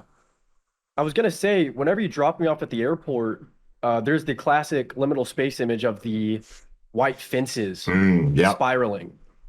We did see that. I got a video of that. That's on the way to the Lexington airport. Yeah, the Bluegrass airport. Yeah. Insert footage of us hugging and kissing goodbye. Yeah, we had a nice little Titanic moment where we said goodbye to each other after being in the same car for 2 weeks straight. It was a poignant moment. It was a great trip. It was phenomenal. It's very nostalgic. Just a month later, I'm very nostalgic for it. And also, it's just like as cringe as it might be to say, but we appreciate you guys, the viewers. You guys supported the series, and it was awesome to kind of see you tune in every day. It was such a crazy experience to do a daily upload thing like that, and I really appreciate you guys for tuning in. It was awesome. So thank you from the bottom of my heart. Everything he just said. Everything. I cannot thank you enough. You guys made this possible. This has never been done before, and you guys watching the content. They don't do it like us. No one does it like us. No one does it like the Jaden Salads and BROOGLI fans. That's for sure. We know that. We know that. So thank you. Thank you so much. But now, transitioning from them, we want to talk about some other things on the trip that we didn't really convey in the videos, and we want to get into some of the best moments, the funniest moments, the worst moments, etc., and we're gonna hop into that right now. So let's do it. Let's start off with the least favorite liminal space, I think. Least favorite liminal space of the ones we visited. What was the least? I mean, are we gonna include the New Boston where it didn't exist? Excluding the last two. Okay. Because they're the fumbles almost. Yeah. Let me dig in my brain real quick. You can give an answer if you already have one. I do have an answer. Okay. My least favorite liminal space was the level 5 hotel in San Francisco. Okay. Now, Again, Oh, it's yeah, another I probably victim of agree. remodeling. It is a victim of remodeling, but also it's kind of just without the design that it had, it loses all liminal aura to me. Yeah. At least. It's just now marble and sleek. And also, we had the whole tenderloin experience, which also wasn't the best. I was gonna say just San Francisco as a whole. We did get good in and out, obviously. We saw some beautiful sights, the bridge. We went to Sausalito and stuff. That was fun. But that was probably just Downtown San Fran is not okay. That place needs to be it was kind of nuked off sus. the map in Minecraft. Kind of sus down there. I mean, I've been each time, and every time I thought it was sus. Yeah, that's 5 times. Each time it's been sus. So that was probably the least favorite. I think, we definitely agree on that. But it still was good. It still was a fun stop. It wasn't like a horrible stop or anything. Don't get me wrong. I wouldn't do it again. I feared for my life. I will be going to San Francisco again. Don't listen to Jaden Sal. It's a beautiful city. It's a beautiful city. But no, it was definitely the worst of the liminal spaces. And I think we should definitely go to the best, our favorite next, for sure. I would say the one in the same video, the one in LA, level 11. That one's not that good either, I don't think. I mean, it's just like an intersection in a downtown city area. That one was kind of, it wasn't underwhelming, but it's what it was. It's just a picture of a city block, right? There's not really much to experience there. So I think those two were definitely the some of the worst ones. But again, like I said, it was still fun to go to them. It wasn't like it was horrible. We didn't like hate it or whatever, but they were the worst of the ones we did, I think. But like I said, best, if I'm thinking of a best liminal space that we saw, there's some contenders here. There's some contenders here. I think, and I genuinely think this, I think the Stanley Hotel might be my favorite one we visited. Okay. Ooh, yeah. The Stanley Hotel experience, seeing the hotel, walking around the hallways, just the vibe of Estes Park in Colorado being beautiful. That was such a complete experience. Like, dude, like I said in my video, the silence is like somebody was stuffing like noise into my ears. I could feel the silence. It was insane. I think that was my favorite. A second close runner-up might be my original neighborhood that I lived in from day one. That little space is just crazy. That's pretty good. Yeah. That one's crazy. And then I think the Backrooms Level 0 is probably my third. Those are my top 3. Because just the experience of meeting Bill, like getting the story, getting the lore from him. Just Oshkosh in general, very welcoming people. Very fun time up there. I love Wisconsin. Wisconsin's very legit. Nice. If you've never been there, you should go. It's a fun area. But what about you? What are your top 3 of the favorites, so to speak? Excluding the Backrooms location, because the actual place, like taking the experience away, the actual place isn't that good. Yeah, no. I was just doing like favorite stops and stuff, just in general, because I'll say my favorite liminal spaces we went to. Number 1 has to be your neighborhood. Yeah, dude. Like, I didn't realize it in the moment, but looking back, that is very unnerving, unnatural, artificial. And I lived there for almost 3 years. I lived there for almost 3 years. I get it. I know what you're saying. I took a video, or I made a TikTok of Jared's old neighborhood. It got 9 million views on TikTok. Yeah. That's 9 million people seeing that neighborhood and going, that's kind of weird, huh? Like, so exactly. That's number 1. Number 2, probably Meow Wolf. Dude, I really liked Omega Mart too. Yeah. Yeah, that was fun. I can't speak. The digital camera pictures I took are like crazy good liminal spaces in my opinion. So that was also a fun stop in general too. Just Vegas and stuff. That was a great time. Then number 3, I really liked the Liminal Taco Bell is pretty good. Oh yeah, dude, McDonald's and Taco Bell are both really good. Yeah, that's a joint entry. Yeah, there's liminal restaurants. Yeah, I see. And I don't want you guys to think just because we're not including like level 94 and stuff in the top 3, that was also a cool stop. It's also very liminal, but it's like something about the other ones are just like so. It has like a different echelon. There's like levels. They were all to pretty this. good. Yeah, they really were. But the ones that I felt the actual liminality, like I said, the Stanley Hotel, my neighborhood, and if I had to add one that's not level 0, I would say the Taco Bell. That was a very interesting liminal. Like I got the liminal vibes for sure going to see that place. And the McDonald's at nighttime with the piercing blue lights, illuminating off of the building. That was strange. Yeah, it was very good. That one was definitely up there. But all the places were super fun to visit. Like we really had nice experiences, minus San Francisco with the Tenderloin. That was kind of sus, but it was a great time overall. But those are definitely the least favorite and the most favorite. What are we moving on to next on the list there? Let's go to the best meal we had. So the best meal we had. Okay, well, I'll let you go first on this one. You do your favorite meal that you had. Easy. Yeah. Well, there's two, I guess. Okay. I've never had Indian food. I'm sorry. I'm a big India supporter, India #1, but I've never had the food, and I've always wanted to try it. So in LA, I DoorDashed some Indian food. I'll put it on screen. I don't know where it was from, but I DoorDashed some Indian food, and it was amazing. I got some standard buttered chicken, and it was very good with some garlic naan. And then whenever we got back to Kentucky, Jared took me to a local Indian spot, and that was also very good. And then I exploded the restroom afterwards. He no did. shame. He made a war crime in the restroom of my local Indian cuisine, which that probably happens all the time there. But you know, yeah. you did it. You did it. You made I was your in there mark. maybe an hour, but yeah, Indian food. I love it. It's so good.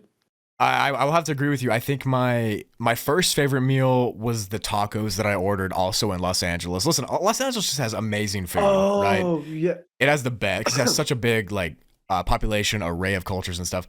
I got these tacos and they were literally some of the best street tacos I've ever had in my life. They were amazing. And then the second is also tacos from Las Vegas. The Las Vegas I was restaurant. gonna say, I forgot we went to like my favorite place ever, actually. Yeah. Rockin' Potato. Rockin' Potato, that's my second favorite for sure. And then Culver's. We can agree Culver's is a good Culver's. number 3. He never had Culver's before the trip. We were in Wisconsin. Of course, we have to do it. It was phenomenal. It was amazing. The cashier hit on me. The cashier did not want Jaden. She indeed wanted me. And that's unfortunate for Jaden, but it's a reality we have to live with, right? Yeah, it's okay, but the food was good. The food was very good. Gas. I like the food. The food was gas, for sure. I think we can go to funniest moment, the biggest LOL of the trip. Funniest moment. Okay, this might have to take some thinking because the funniest moments were very common. There's some very funny moments. Mine was in the moment it wasn't very funny, but looking back it is. Jared would have to tell the story because it's we stopped in. Where were we in Phoenix? We were in South Phoenix. It was in South Phoenix. It was like in the AM. It was kind of sketchy. There was just like homeless people walking the streets. It was like The Walking Dead kind of. Yes. And at one point we go to a gas station to get gas, as you do, and Jared's out getting pumping it. And I'll let you tell the story because. Okay, I'll take it from here because there's a little bit more backstory that you need. We were gonna be late to check into our hotel. Okay, so I was flying down the interstate. Like I called them and they're like, you got to get here by 1:30 or you lose the reservation. So I was going illegal speed for the cops. He was hitting homeless people. I was playing Mario Kart with homeless people. So I see this exit in South Phoenix and the gas station is right on the side of the road, like right out the exit. So I'm like, okay, I'll just wheel in here. I wheel in, we instantly notice there's like walkers around. It's like sus. It's 1 a.m. There should not be this kind of, it's like bad, I pull up to the pump. I notice that the pump literally is just like the screen's broken. It's not working. The second I get out of my car, I try to put my card in. It doesn't work. And at that same time, I notice out of the left corner of my eye, some dude walks around the back of my truck. And at this, I'll be walking while you tell the story. He's walking. I'll show like the GTA NPC walking because that's how he was walking. I saw him out of my left peripheral vision, and I turned to my left, and I'm thinking, okay, I'm about to get robbed, frankly. It's 1 a.m., I'm in the middle of nowhere. This guy's like he's on like some kind of substance or something. He walks up with his arm swinging. He has like a bunch of what I want to call cigarettes that were not cigarettes in his hand. And he looks at me, and he says something. And I didn't hear what it was at first. I was like, So I said, what's up, man? He said, hey, nice ride. In like a really NPC fake voice. And I said, oh, thanks, dude. And he turns around and walks away into the darkness out of my eyesight. Just NPC walks away. It was the most surreal NPC encounter I've ever had. It's 1 a.m. South Phoenix. He walks up to me, a random dude, and he says, hey, man, nice ride. And just walks away. I kind of was tweaking out. It was kind of scary, but then it gets better. That gas station didn't work, right? So we had to pull across the road to another gas station. I get out of my car.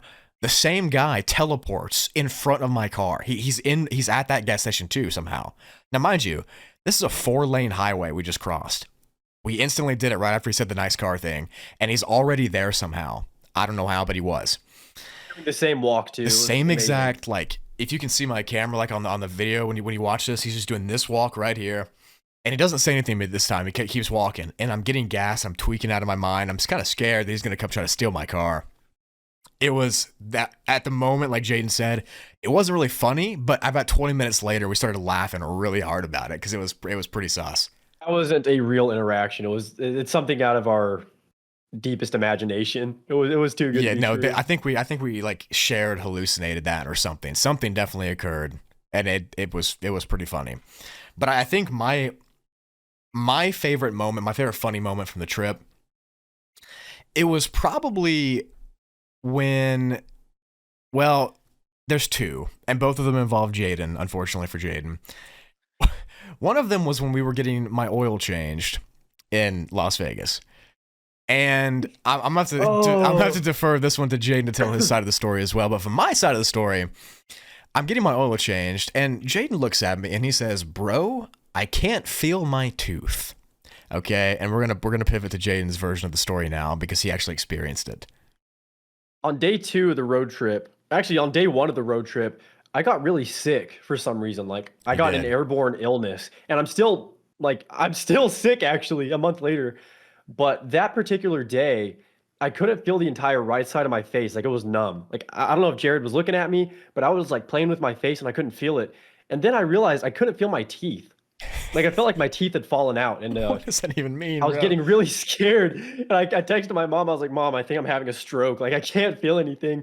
So then I kind of like closed my eyes and disconnected from the server for a little bit. Yeah. And then we got Raisin Canes, and I couldn't eat the canes because I couldn't like feel my teeth. It was uncomfortable. And eventually I got the feeling back. But just I don't know what that means, moment but of him saying, "I can't feel my teeth," was so surreal. Again, it wasn't funny in the moment. I was like kind of freaked out actually. But about 30 minutes later, Jared thought it was funny. I was tweaked. About 30 minutes later, after he stopped tweaking, I was like, "Dude, what just happened?" That was hilarious to me. Probably the second funniest moment would be, I'm trying to think, because there were so many of them that were just like stupidly bombastic. Maybe it was the Culver's girl situation that was hilarious in the moment. That was very funny. Saying that like she wanted me, and you know Jaden said he wanted her, or he wanted her. Yeah, he wanted her. And her walking up to the table, giving us the food, and said like enjoy your food, and I accidentally said you too. That was a very funny scenario. Riz. Low key anti Riz. I can't even lie. If you're out there, if you're watching this Culver's girl, if you're watching this Culver's girl, I'm here for you. Just waiting. But anyways, those are my two favorite moments. They were like kind of bombastically funny. Yeah, those were pretty good. There was also this time when we were at the Richmond Mall, and I thought it was just us in this one part of the mall, and I forget why. I just go like, "I'm gay." Yeah, like, he just yelled he's gay for some reason. And a lady just walks into the same part of the mall as us as soon as I said that. And the mall's empty, so it's echoing. I took a flash image on my digital camera as soon as I said it, so she's in the picture. And I don't know, it was just such a moment. One of the moments. That was a good moment. That was a moment. And also another funny moment, walking down my old neighborhood and people just staring at us, like staring holes at us the entire time. People taking pictures, like we were some sort of threat. It's like, dude, it was wild. Look where you live. Yeah, it was kind of strange. Oh, also, Jared insists that he risked a lady. Oh yeah, go ahead.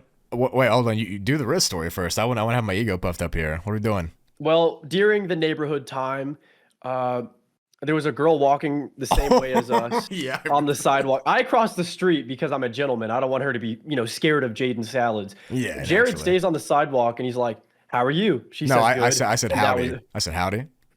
He said howdy. I did. Did she even respond? Yeah, she said hi.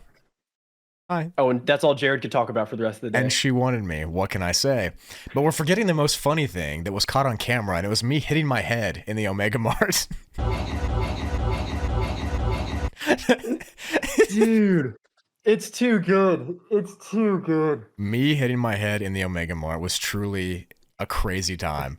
I'm like 5'9". I should not be hitting my head on things, and I hit my head. 5'10". Okay. Listen, ladies. Don't start fighting over me, of course. But no, like jokes aside, I've never hit my head on something because it was like too short, right? So I boinked my head and I just kept recording. I was kind of nonchalant about it, actually. But Jaden was laughing. I'm just like, Jaden was laughing so hard because he got it on good. video. It was a good moment. That was probably like top 5 moments. I think that was really good. It was hilarious. It was quite funny, I will say. I think that pretty much sums it up. I mean, that's the best and the worst spots, the funniest moments, and the best food. I mean, that seems good. It's been 30 minutes of recording. I think the worst moment was me getting sick and still being sick. Like, I think this is just my life now, being in a constant state of sickness and coughing. I think my favorite moment was, and this is going to sound really sus for many of you, we were in Estes Park after the Stanley Hotel that morning. We woke up and we got Starbucks, and the gentleman that was giving me my drink, he was so nice. He was so I agree with this. So kind. I agree.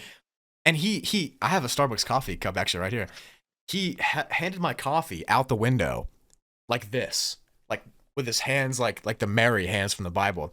And he says, "Have a phenomenal day, guys." And he looks over at Jaden. Jaden's not looking at him. And he said like "you too" or something to Jaden. And it was just like this mountain view right in front of me in this beautiful ski town of Estes Park. This beautiful Starbucks, like it was like very picturesque and aesthetic there. And I just got handed like this coffee, like manna from heaven. And he was like, "Have a phenomenal day." And that was the peak moment of happiness and like joy that I felt the entire trip for some reason. I don't know why. It makes no sense, but that was the moment right there. That was a pretty solid moment. I agree. And that whole day's drive was just amazing, just through the Rockies and stuff. Of course, Jaden was also very sick during this time. I was gonna say, I was like, I'm gonna throw up, and I had to close my eyes for like 10 minutes. You had to disconnect from the server. Yeah, sorry for him, but that was a great day. It was a phenomenal day. Maybe a second runner-up for best moment for me would probably have been the feeling after walking out of Level Zero's location. Just having that sense of accomplishment that we just got like insider information. We supported the original store that made mine and Jaden's career, especially mine. That image made my career. I agree. It was like a high that I was riding, and it was such a good feeling that day for sure. I was ecstatic. I felt like a little kid leaving that store too. Like seriously, I was like giddy, as you might say. That was a great time. And also, of course, we're forgetting another phenomenal moment was Jaden meeting a fan. Oh my gosh, dude, I forgot. I'm so stupid. That was probably like one of the coolest things that's ever happened in my life because I'm just a guy. I make YouTube videos sometimes, and a random guy in the middle of Arizona at a random gas station while making my sandwich, while making a Subway recognizes sandwich, me like, "Are you Jaden Salas?" He was a cool guy too. I'm glad I got to meet him. He was a cool dude. Shout out Isai. Isai's a real guy. We followed him on Instagram. He's a real dude. He looked up at me mid-sandwich and said, "Are you Jaden Salads?" And my face got super red and I started shaking. I was like, "You watched the videos? What?" Dude, he was like, "Dude, I watched that one this morning." That was crazy. Yeah. That was wild. Also, we met Silverman, which is cool for Jade. I didn't know who he was at the time, but it was cool, I guess, to meet him. That was pretty nifty. Oh my God. Actually, best moment, hanging out with Sensitive Society. Hanging out with Sense was cool. Well, Sense, I guess. It was good to see Sense again. Agree. Yeah.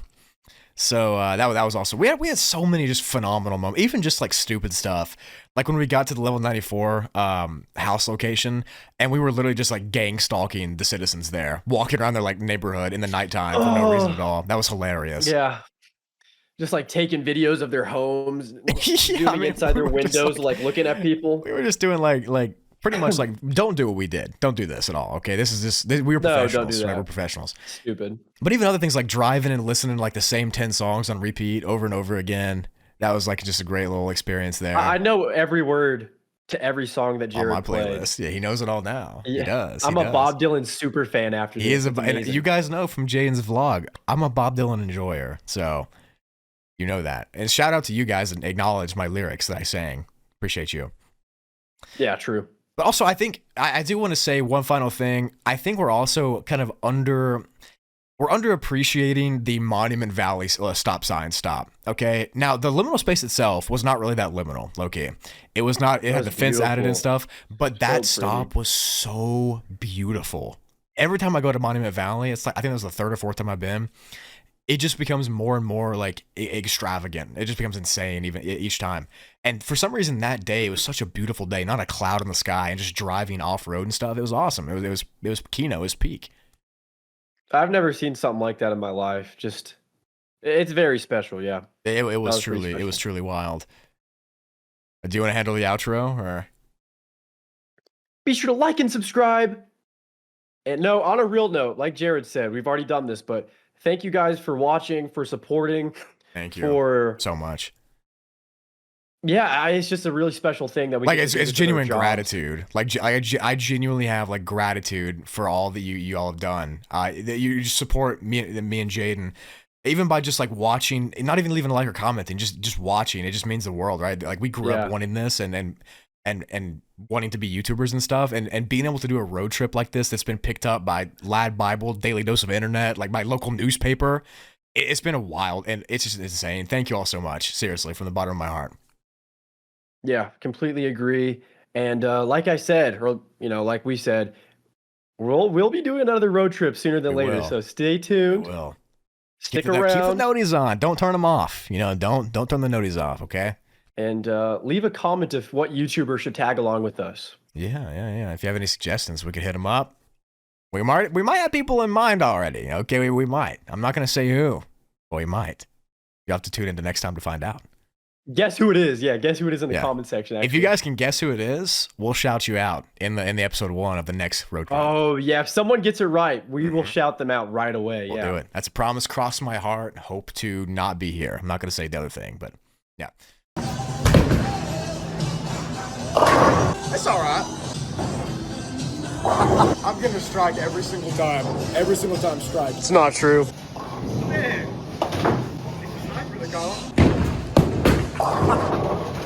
One of his little girlfriends. Well, he's tried. What did I tell you?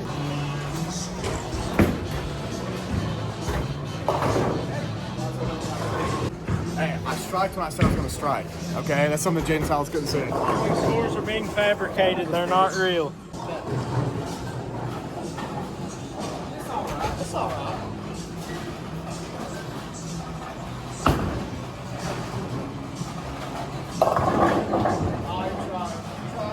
No, there's one more.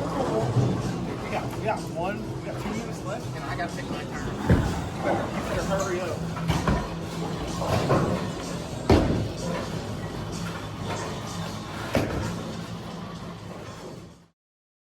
Well, that was the Liminal Space road trip movie. After spending 2 weeks in the back rooms, I can definitely say that I'm a changed man. We traveled through 17 different states, and I hadn't been to like 90% of them before. I'm truly grateful that I get to do this as my job. I'm trying to not take it for granted, and as always, I'm truly grateful to everyone who supports the videos and just enjoys them.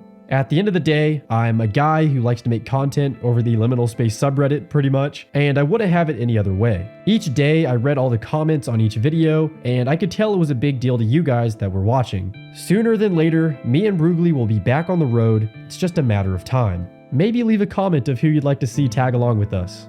As always, here is a shout out to everybody that made fan art of me and Jared. We loved every single picture that came through, except the inappropriate ones. Those are not okay. Finally, here's a shout out to everybody on my Patreon. It's kind of getting big, I don't know what to do. Angel Cat, Artie Boop, S Tier LX, Basmic, Bella M, Bluey, Boy Kisser, Cade Filson, Cass is Tired, Chinpad66, Cole Super 45, Dr. Deagle, Dusty Antler, Edvin Basic, L Goober Goob III, Esso Boomin, Evan W, Eyeball Dude, 4 for Color, Fur TKM Dakesy, Giovanni Cruz, Gratera, Moon Lady, Jasmine, Johnny VOK, Josh S, Josh Wynn, JW Zam 77, Lottie Dottie, Mommy Trash Sack, Matt Set on a Cat, Must Lord, Not a Alien, Noxel Dreams, Osman Mad For Real, Pluto, Matt McCusker, Royly Oily, Shiny Breakson, Slender Slime 462, Takai Mirasaki, and Toaster STF.